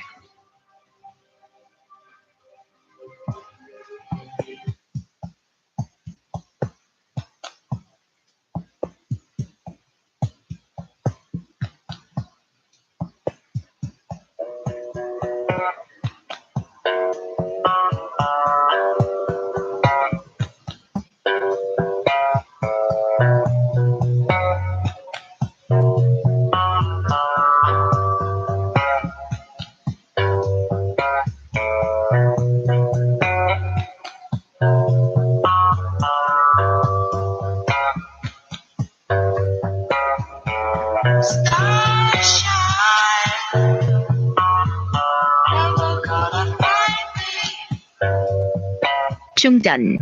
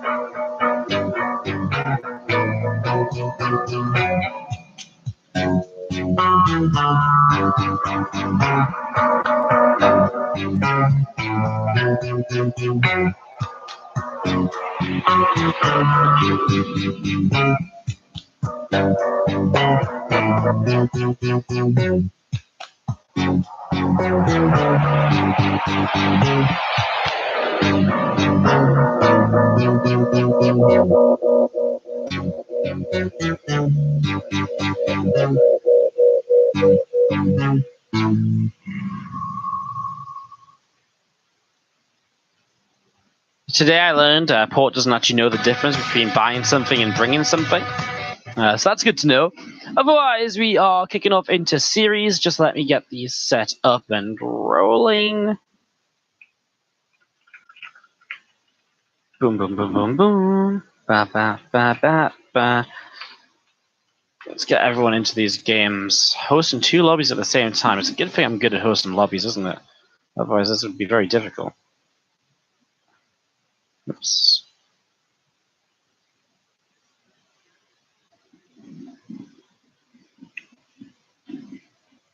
I even make bots for you and you treat me like this, you're gonna go cry. Oh, it's just a joke. For everything in our chat's just a joke. It's just trying to lighten the spirits. Guys, everything to play for right now. Bunny has to win to advance. Zest has to win to take first place in the group, and maybe even advance. Like, if he loses, he could go out on map score, potentially. Denver has to win to advance. Impact has, like, it's bonkers. Everything matters going into this final match. The final 2 matches here. Players are readying up on both sides. Gogo's gold. I said, Wardy, do you love? He said, I only love my stream and my marbles. It's true. I only love my marbles. So it's a sad life, isn't it? Wardy's so mean. I'm not that mean.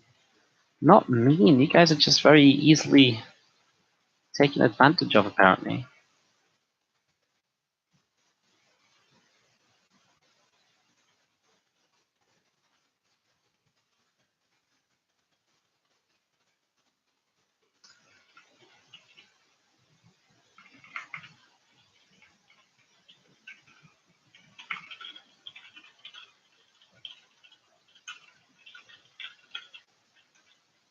All right, let's do this, guys. We're kicking off into Dreamcatcher for map number 1 of Bunny versus Zest.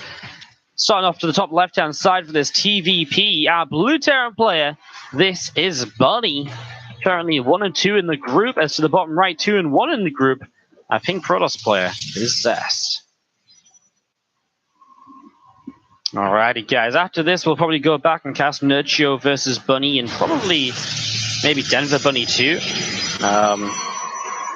If we casted Zest versus Denver already, then the only thing we'd be really missing is Denver Impact and Nurchio Denver, which is ZVZs. And do we really care about ZVZs? No, I didn't think we did. Yeah, we'll let you guys know the scores though, so you definitely know the results of the matches as they come through as soon as possible. As we do get ourselves going on Dreamcatcher with a early Nexus here from Zest. Early Command Center on the other side very shortly from Bunny, but he will go Reaper and an Orbital just before that. Obviously slightly differing timings, but it's just as you would expect. From the SEV, have a little bit of a skirmish, and whoops, both will disengage. Neither of them believing they have the power to take the other down. Higher health SCV will build the command center just in case a unit comes across early. It means that, of course, you don't get instantly one-shot. So that makes a lot of sense. The depot's a lot safer to build because it's on a high ground. It's definitely not going to be the first thing targeted. This is not going to be anything here before the depot finishes and that SCV gets back to mining safely in the mineral line. Reaper from Bunny coming through the top side and just having a scout around, checking there's no proxies, making sure the probe isn't hidden anywhere nearby, ready to come back in for another scout or to proxy something still in the near future. So Reaper just having a little bit of a scooter around there and doesn't really see all too much. Kind of a tough map for Reapers in general. Can't really jump up this main base. You have to go up into the natural, then into the main. So it is generally quite easy to defend and deflect. As that Adept coming forward here from Zest is chasing down that Reaper. And the Reaper is going to be jumping up into towards the main. So Reaper jumps into the main as we do see the command center stops building here for a moment. SCV hides towards the upper left-hand corner. Supply depot will lower. Now Reaper of Bunny just sat around, another Marine comes out, and is now a Reaper and 2 Marines. Starting to poke forwards in the fight against that Adept. Grenade goes down, not much happens. Another Stalker shot, and that Reaper takes another hit and falls back just a little bit further. Adept comes in, again trying to push in, but will not be all too successful there. And we do see the Marines and the Reaper together now. We'll hopefully be able to push this back. In the end, the CC is going to be delayed for a little while. This SCV needs to get away as well. It's low HP. I mean, I understand it wants to tank, but it's not going to do much more tanking. In fact, it's still one Adept and two Stalkers here, so still pushing in. I mean, now this SCV on the low ground gets killed again. CC still delayed, and well, this is the issue of going into second racks and not a Cyclone. You don't really have any pushing power against this for a little while. Waiting for a few more Marines as Zest just sits here down on the low ground having a pretty fun time. Eventually we'll see these units coming down again. CC will finish, and now these units can go back up to the high ground without worrying about having to fight any longer. But it's another SCV kill yet again. Finally, the Reaper goes down too. Finally, Bunny seems to have control of his base, lifts the Deepos to block the Adept at the last moment. What's up, Online Strategy DK? How you doing? Thank you so much for the 181 bits. Thank you very much indeed. I appreciate it. Appreciate it. Hope you're doing well.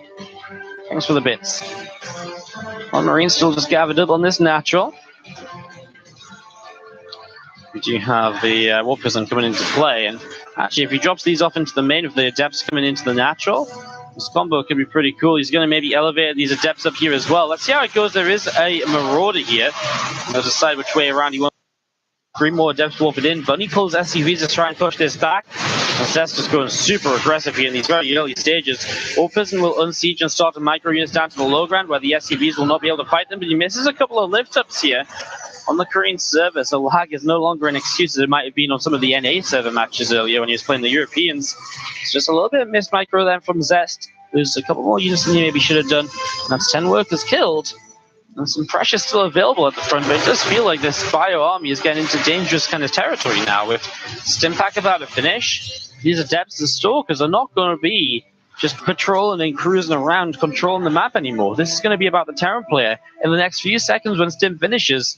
And it seems like Zest very much so knows that timing, so he's already backing away, realizing that this is dangerous for him to still be on the map. They're going to, of course, use the Warp Prism to harass and try and stop the Terran from coming across with the Simmed Marines and attacking the natural. So it buys Zest some extra time, and time is what's needed for his +1 attack upgrade to finish, as well as that blink upgrade, which will once again give him the map control once again. If the blink available, move on the map, you can poke around, you can blink away safely, and you can trade very efficiently as if we were Adepts back into the natural right away there. What a boot me bits, mate, says Floggerton as he comes in with the with the 5 bits. Thank you very much as well. Appreciate it as another Marine goes down. Still these SCVs in some trouble here at the moment. SCV taking some shots. A couple of workers killed here in the end by this prism, and it will get out alive again. Across the map, it is Bunny who's looking to try and get some damage done at the moment, thinking about pushing forwards here. You see the force field coming down as the Stalkers going to have to start kind of backwards. The sentry gets picked off as well. And these Stalkers taking a bit of a beating at the moment. And in fact, we'll have to load up those Marines and back them away to the upper right-hand side.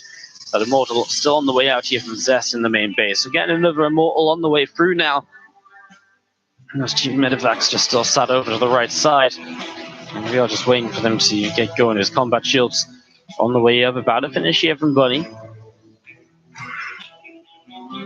Again, with Blink, it's definitely going to be all about Zest feeling confident. Yeah, I guess if the Soak's on the map and you can find a way to kind of, you know, drop around them, which is dangerous because they have Blink to blink underneath if you see them, if your Medivacs are seen. If you can get across the map, then all of a sudden it becomes very powerful. But in this case, Bunny's out of position, those Medivacs are on their way back home. So there's no counter potential. Zest blinks straight into the natural for the depth warp in, takes down that siege tank, and boom, Zest goes up 1-0 in this best of 3. And he is looking hot to take first place in this group. Now, if you take first place in the group, you'll actually end up straight in the semifinals, but you will be on the same side of the map as Rogue. And so the way this works is that second place in this group will play Raynor in the round of 6, and third place in the group will play Rogue.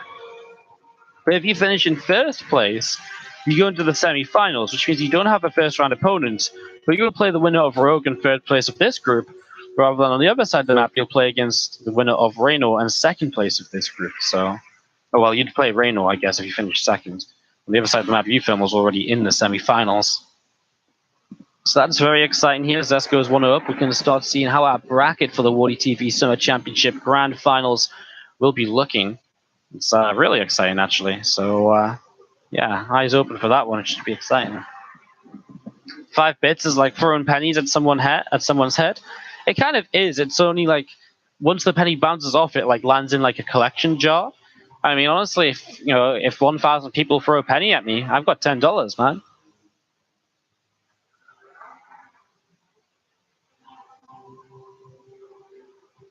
We'll be jumping into another game here in just a moment. Bunny and Zest are both ready up, actually, so we can go straight into game number 2. And let's see what's going to happen once you get this rolling in a moment. Beep, beep, beep, beep, beep. Counting down, getting in game. Let's see what happens on Lost and Found here for game number 2 of this series. Kicking this off, guys, and seeing if Zest can pick up a 2-0 and advance first place in the group, or if Bunny's going to try and test him a little bit further and push this to a game 3. Again, Bunny, it's a must-win for him if he wants to advance. As we have to the top right-hand side, our pink Protoss player, this is Zest. From the left, our blue Terran is Bunny. And just as this is happening, we currently have Denver Impact still going on, guys. And Denver currently leads by 14 workers and 20 army supply, although down a +2 upgrade for the next 20 seconds or so. He's in orange right now in the picture-in-picture, fighting against that blue Zerg army of Impact. And you might be able to see that Denver is overrunning and is going to take game 1. Remember, Denver can still advance through this group if he defeats Impact. And based on another couple of results here or there, he goes 1-0 up against Impact. So if Denver wins, he goes 2-2, Impact's 1-3, and if Zest wins as well, then Denver does advance. Which is pretty sick, actually. It's really sick. If Bunny wins and Denver wins, then, well, who knows? Depends on map score, maybe even. Although Denver beat Bunny, so on the head-to-head, there's definitely something there in favor of Denver. Maybe Bunny's already eliminated here. The fact that Denver's taking the map and Bunny's lost a map, it's possible. Obviously, Impact could still win. And he would go through instead. Oh, it's complicated right now. It is complicated right now. And as we get this going, I just got to host up Cerulean Fall for Impact in Denver, and we will continue again in just a moment or so. Happy Spooktober. Is October really that spooky? I kind of feel like it's the last day or 2 of October that's meant to be spooky.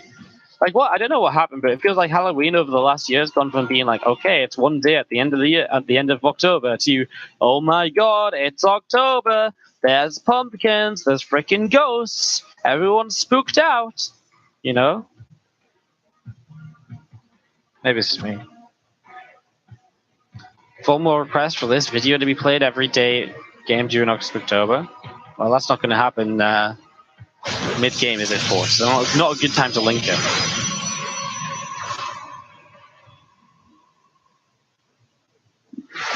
Probe survives, Reaper doesn't. Adept gets the kill.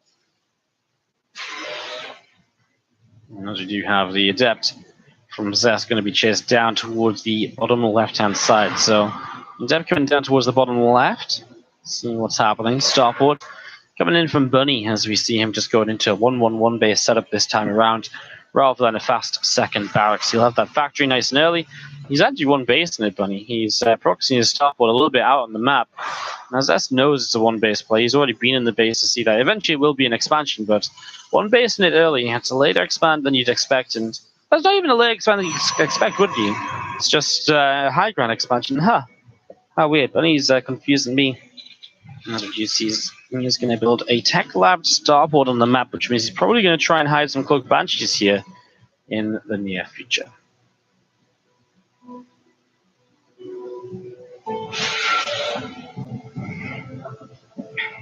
Adept going to be moving in towards the main base, trying to poke up. A couple of depots in the barracks, going to be taking a little bit of damage. Again, there's that cloak, there's that banshee. Wouldn't mind coming out here as well to protect against a potential oracle, and it is oracle on the way from Zest, playing this Stargate style. First oracle's actually already about to arrive. Wouldn't mind pops out. Where did it burrow exactly? I'm actually not sure where it burrowed. Widowmine, where out there, Widowmine? Oh, it is over here. And I selected this, and I didn't see it. Boom, Widowmine gets the kill. And just shut that Oracle down. So nicely hidden, good position from Bunny. It works out perfectly for him, and Zest does lose out on that. Oracle coming down towards the bottom left-hand side. Trying to see if there's potential damage here in the next few moments. Another Oracle in production too, so replacing Oracle number 2 might have been intended to initially go up to 3 Oracles as well. It's very good at kind of certain bits and pieces of defending. First Banshee moving across the map. Currently no detection on the map apart from the Oracles. And did he just cancel the Oracle number 2? No, okay, he did finish that up. The Oracles are using their energy to harass and all of this and that. He does actually now see the Tech Lab starport, so he now does begin to know what's going on. And the Oracles do have energy to begin with here, so having the energy, having the scout means that these Banshees will not necessarily get very much done. He cloaks up right away here, but there's that Phoenix, and boom, immediately gets revealed. As you do see, 2 probes going down, and actually that's just going to be it. Doesn't get in range to get any more probes, so it's 2 probes down, and that is all she wrote as Zest continues down towards the bottom right. Bottom left, sorry. Helps if 40 actually says the right things at the right time.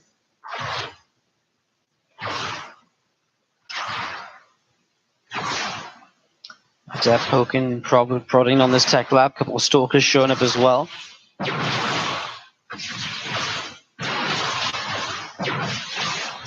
I like the order they're attacking is like Stalker, Stalker, Adept, Adept. Oh, they changed up because they are out of sync and they don't fire at the same time. That is oddly satisfying. The back right Stalker, then the other Stalker's like pew pew pong pong, or the pews are Stalkers and pongs are depth shots. I was enjoying it. I think I'm too easily pleased sometimes, though. I'm not going to lie. This crate's dropping down here from Zest. Try and the Forge still coming up into play. 2 Oracles and the 2 Phoenix just patrolling the front, and Bunny. A few more Marines of his gathering together now towards the front of this.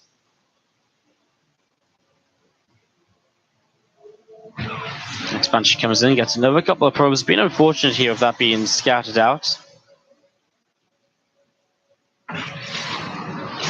Revelation comes down. We're going to be seeing the Phoenix going to get the kill there on the Banshee. So, again, nicely done.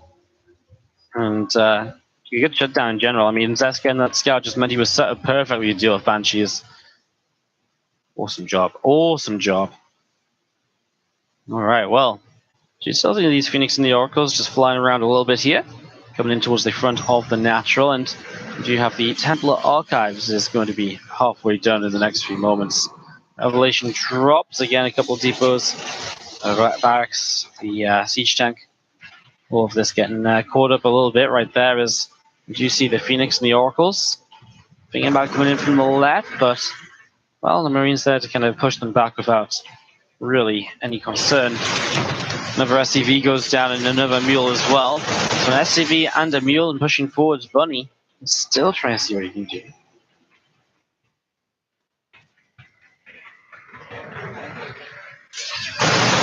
Marines will turn around. Stim gets the Oracle a little bit lower. +1 armor is on the way through from Zest as well. So getting that armor upgrade in play.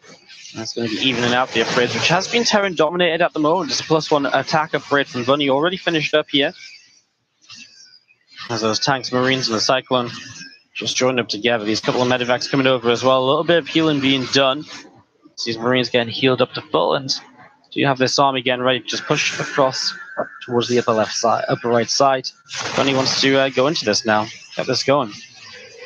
It's a lot of value. He's pulling the SCVs as well, so it's a full-on 2-based all in with these 5 racks, no third. All the SCVs mostly have come across, so here we go. Bunny with the SCV pull to try and win game number 2, tie up this series and keep his hopes alive in this tournament. Bunny, any second now as he pushes forwards. Well, actually, Zest is out of position down the right-hand side. Zest is really out of position, actually. Boom, SCVs will start to fight this. Zest's reinforcements will not really be in a great place. Tanks will target down the Archon initially, so no friendly fire. Zealots still charging through, though. The SCVs are dead. The Marines will get rid of the Zealots now, and Zest's army, I feel like, is just absolutely melted. Obviously, a lot of SCVs went down from Bunny, but he has so much army left over, and that's what the SCVs are meant to do. They're meant to offset your army losses, but you have enough left over after the fight to keep pushing forwards and to close out the game. And that's, again, exactly what's happening at the moment. Bunny up 81 to 44 army supplies. It's looking real good right now. A few Marines nibbling away on those probes. On that pylon, probes being pulled into this. Zealot's going to come forward. The tanks are lifted again by the Phoenix. Marines unable to target them to help them with the extra. Get the extra damage help. It's going to be GG. Bunny has a bit too much. A reminder, if Bunny wins this, Zest will not finish in first place. Nudju will finish in first place and advance straight to the round of 4. Zest might end up in second place. That's where you guys are going to be taking a quick 2-minute break. We'll be back in just a moment. I really need to get new headphones. These are really hurting my ears now. It's really bad. BRB.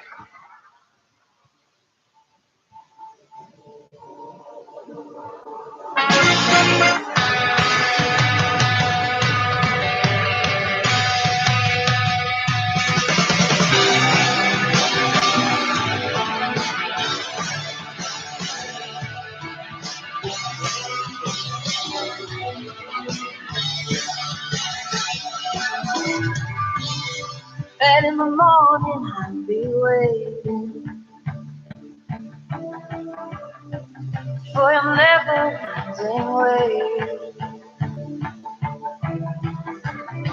Around passage to arrive. How can I explain? Yeah. You came home for the end of summer on the wild. Saw a different color in the street. Got a secret to repeat in my mind. Got me a family time. To be touched by these tendrils of life. On your devotion, imagining the time you came home for the end of summer. Watch me go, your famous warrior on the line. You were the strongest follower in my mind. You were the answer,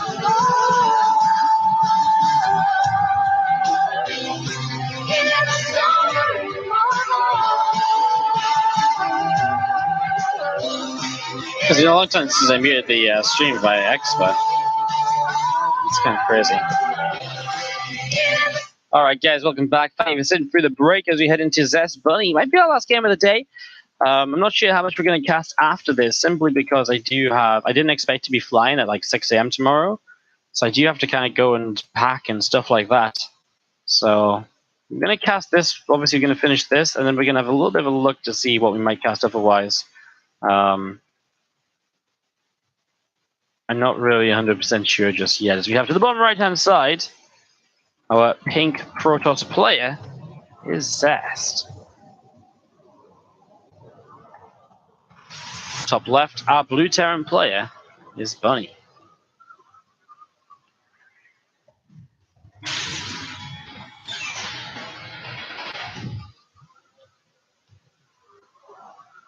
Is the mic making noises? That's why I don't read via XSplit, because when you do, this happens. Guys, I'll fix in a moment or two. It'll just fix itself. Apologies for that.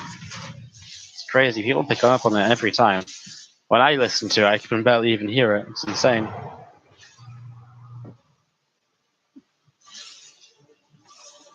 Billy Probe plays the harassment game with that SCV right there. A little bit of damage being done. Obviously, just early game annoyances. It was a little bit of a mind game coming in here by Bunny to build the barracks and the factory out on the map. Impact, by the way, just tied up 1-1 against Denver. As we set up there.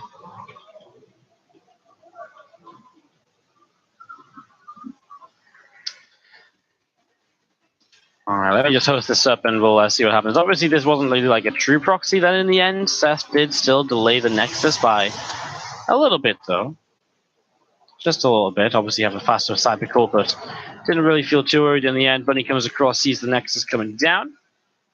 Once you have the Reaper now moving toward the main base and looking to potentially jump in here in the next few moments. Then gets a shot off already.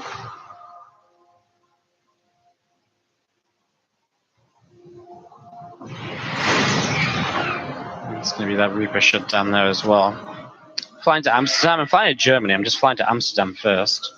Is the train not just as good from Blighty? Where's Blighty?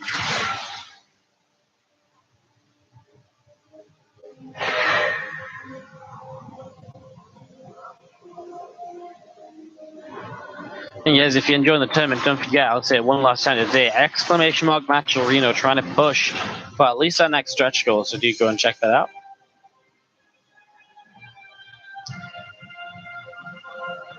As we do just have the Viking coming in from Bunny. CC on the high ground will move to the low ground shortly too. And these shenanigans of an opening are starting to even out a little bit.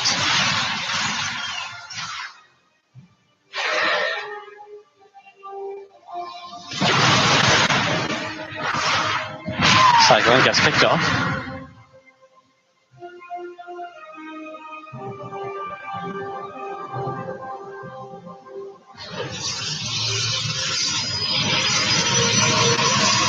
I'm not even going to Amsterdam, I'm just flying into Amsterdam to fly to Dusseldorf.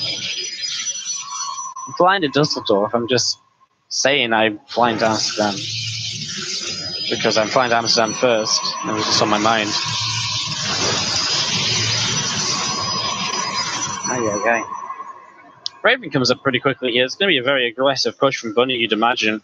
Tanks, Raven, Viking, Marines just push across the map before Stim, a couple of tanks and just get this going, I think. Obviously, you'll have Stim and +1 behind it as a follow-up, but I feel like you can get a lot done with these early units that he's built up into.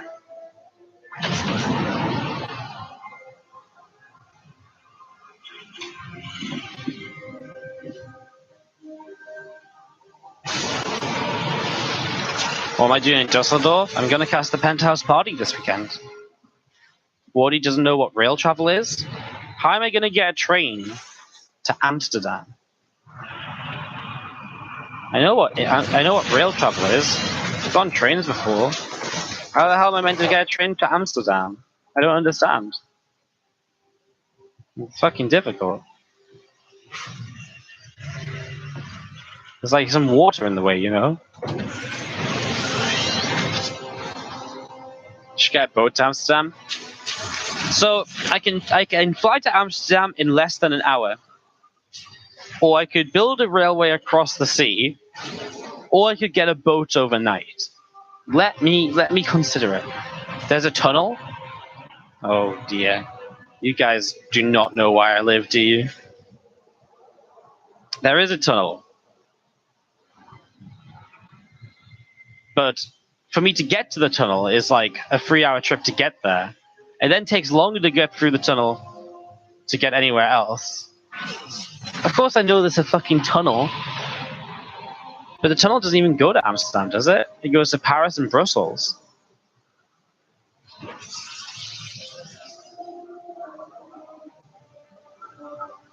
That's why I go on the train? What do you mean I go on the train? No, it takes me 3 hours to get to the tunnel. I don't know if you guys are having my life or if you just are really confused.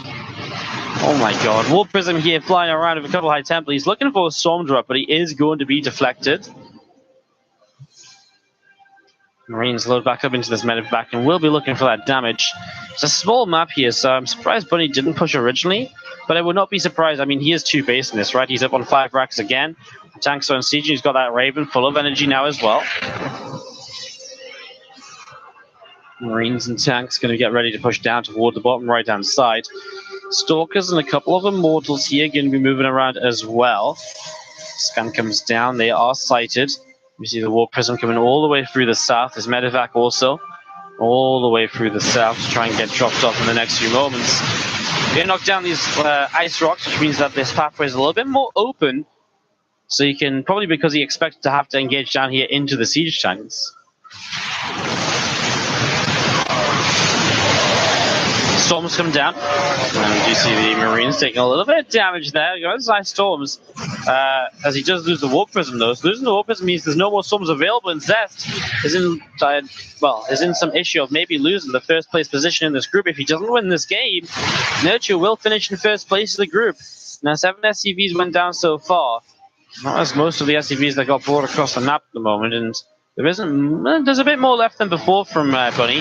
Zest taking his time back. Is going to wait for the High Templar to get into more energy and more storms available. The Marines pushing in as we see the Zealots going to start charging forward. The High Templar now they get blown up, but they do get the storm off and they do morph into an Archon just in time.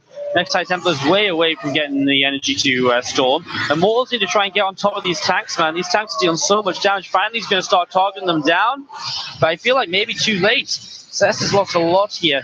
As the Mortals just disappeared without doing anything, as you're going to be seeing the Zealots going to charge in once again, but there's still 2 tanks on the low ground, and Mortals going to try and come forward, but gets targeted. Now the Zealots are on top of the siege tanks, though, and they should be able to clean these up. As the tanks go down, Zest is going to hold with pure Zealots at the end. Nicely done. Thank you so much, Online Strategy, for the 100 bits to ignoring people that never traveled in their life. Europeans always tell Americans, oh my god. Europe railways are really good, but if you live on an island, it's really difficult. It's really difficult to get a train. Unless you live in London, then it's really easy. But I can't get get a train to Amsterdam. I'd have to take the train to London, which is more than the flight to Amsterdam, believe it or not. It's insane. Because trains to London are extortionate prices. Thanks so much, Online Strategy, for the 100 bits. Sorry. As many bits as you cheer. Just can't ignore it. Marines dropping down here. Is Bunny going to try and do some more damage? Zest has held on for now.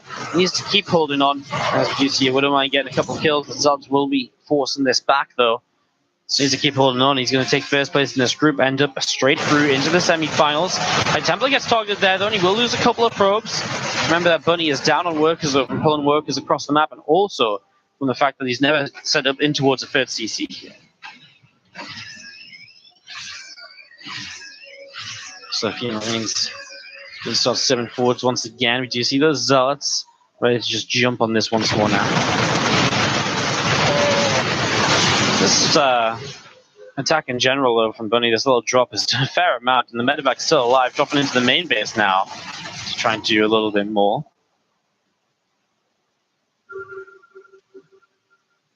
Still more and more bioforces building up here from Bunny. Getting ready to go.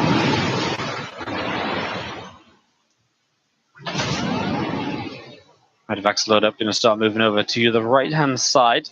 Do you see this the Medevac as well? I mean, this is where Bunny's getting desperate. He's loading up everything into Medevacs and just going to try and doom drop around, kind of force himself into good positions.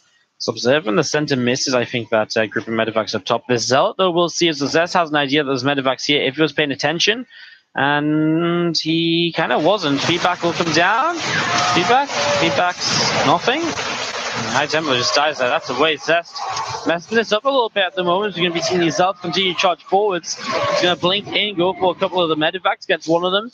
In the end, he only loses 2 probes and a couple of High Templars, but still losing a couple of High Templars where he didn't really need to. It's a bit of a shame. There was a scanner. We do see an observer picked off up in the skies. Bunny going to be gathering up with the rest of the units now, getting ready to push forward. Zest starting to press on forwards as well. I'm thinking about pressing on forwards at least. Wouldn't mind going to be caught, and oh no! Splits the Zealots away at least, so none of the other units take splash damage, which is not a bad thing at all. By the way, currently over in Denver versus Impact, Denver is ahead on upgrades, ahead in workers, and ahead in army supply by about 20. Looking very good to maybe take that series, and if Zest beats Bunny and Denver beats Impact, Denver will advance over Bunny and over Impact. What's up, Kyob? Welcome to the stream. Few Stalkers, Immortals, Zards, Temples all coming down the south. Here we go. A few V-Bucks coming down. Oh my god. Well, the Medivacs take a beating, but it doesn't kill them. So they are going to be able to jump on in.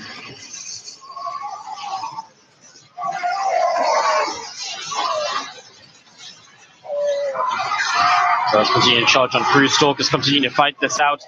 It's a big drop from Bunny, and obviously it's going to cost him a lot. But at the same time, he stims into the third base. In the meantime, Denver just won against Impact, so he's already won there.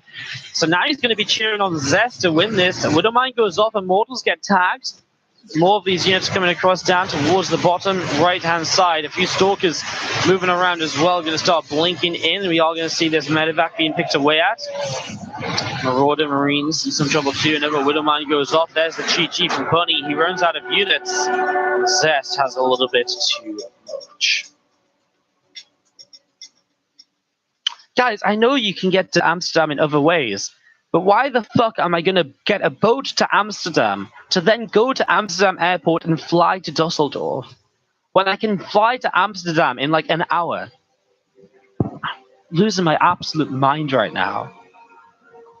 This is like the dumbest. Like, I don't even know if you guys are trolling or if you just genuinely think I'm like challenged in a manner of traveling. Like, I'm genuinely stressed out about this. Oh my god, yikes! I am taking the bait. Because it just seems like the dumbest troll in the world. What do I want in Dusseldorf? I'm going to cast StarCraft. How about flying to London and getting the train to Amsterdam? Oh my god.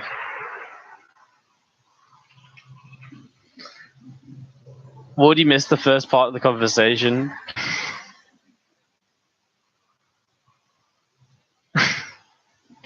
Guys, this wraps up our WardiTV Summer Championship Group B. Zest advances in first place. Second place, Nurtio, and he will play against Raynor.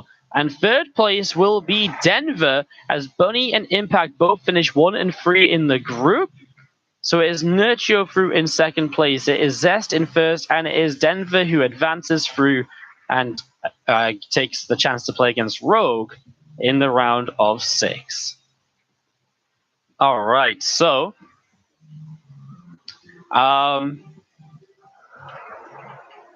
yeah, we are guaranteed ZVZs in the round of 6, but it means that we won't have ZVZs at least in the round of 4s. As I'm going to show you guys the bracket here in just a second. Why don't I just fly to Dusseldorf? I am flying to Dusseldorf. That's the whole plan.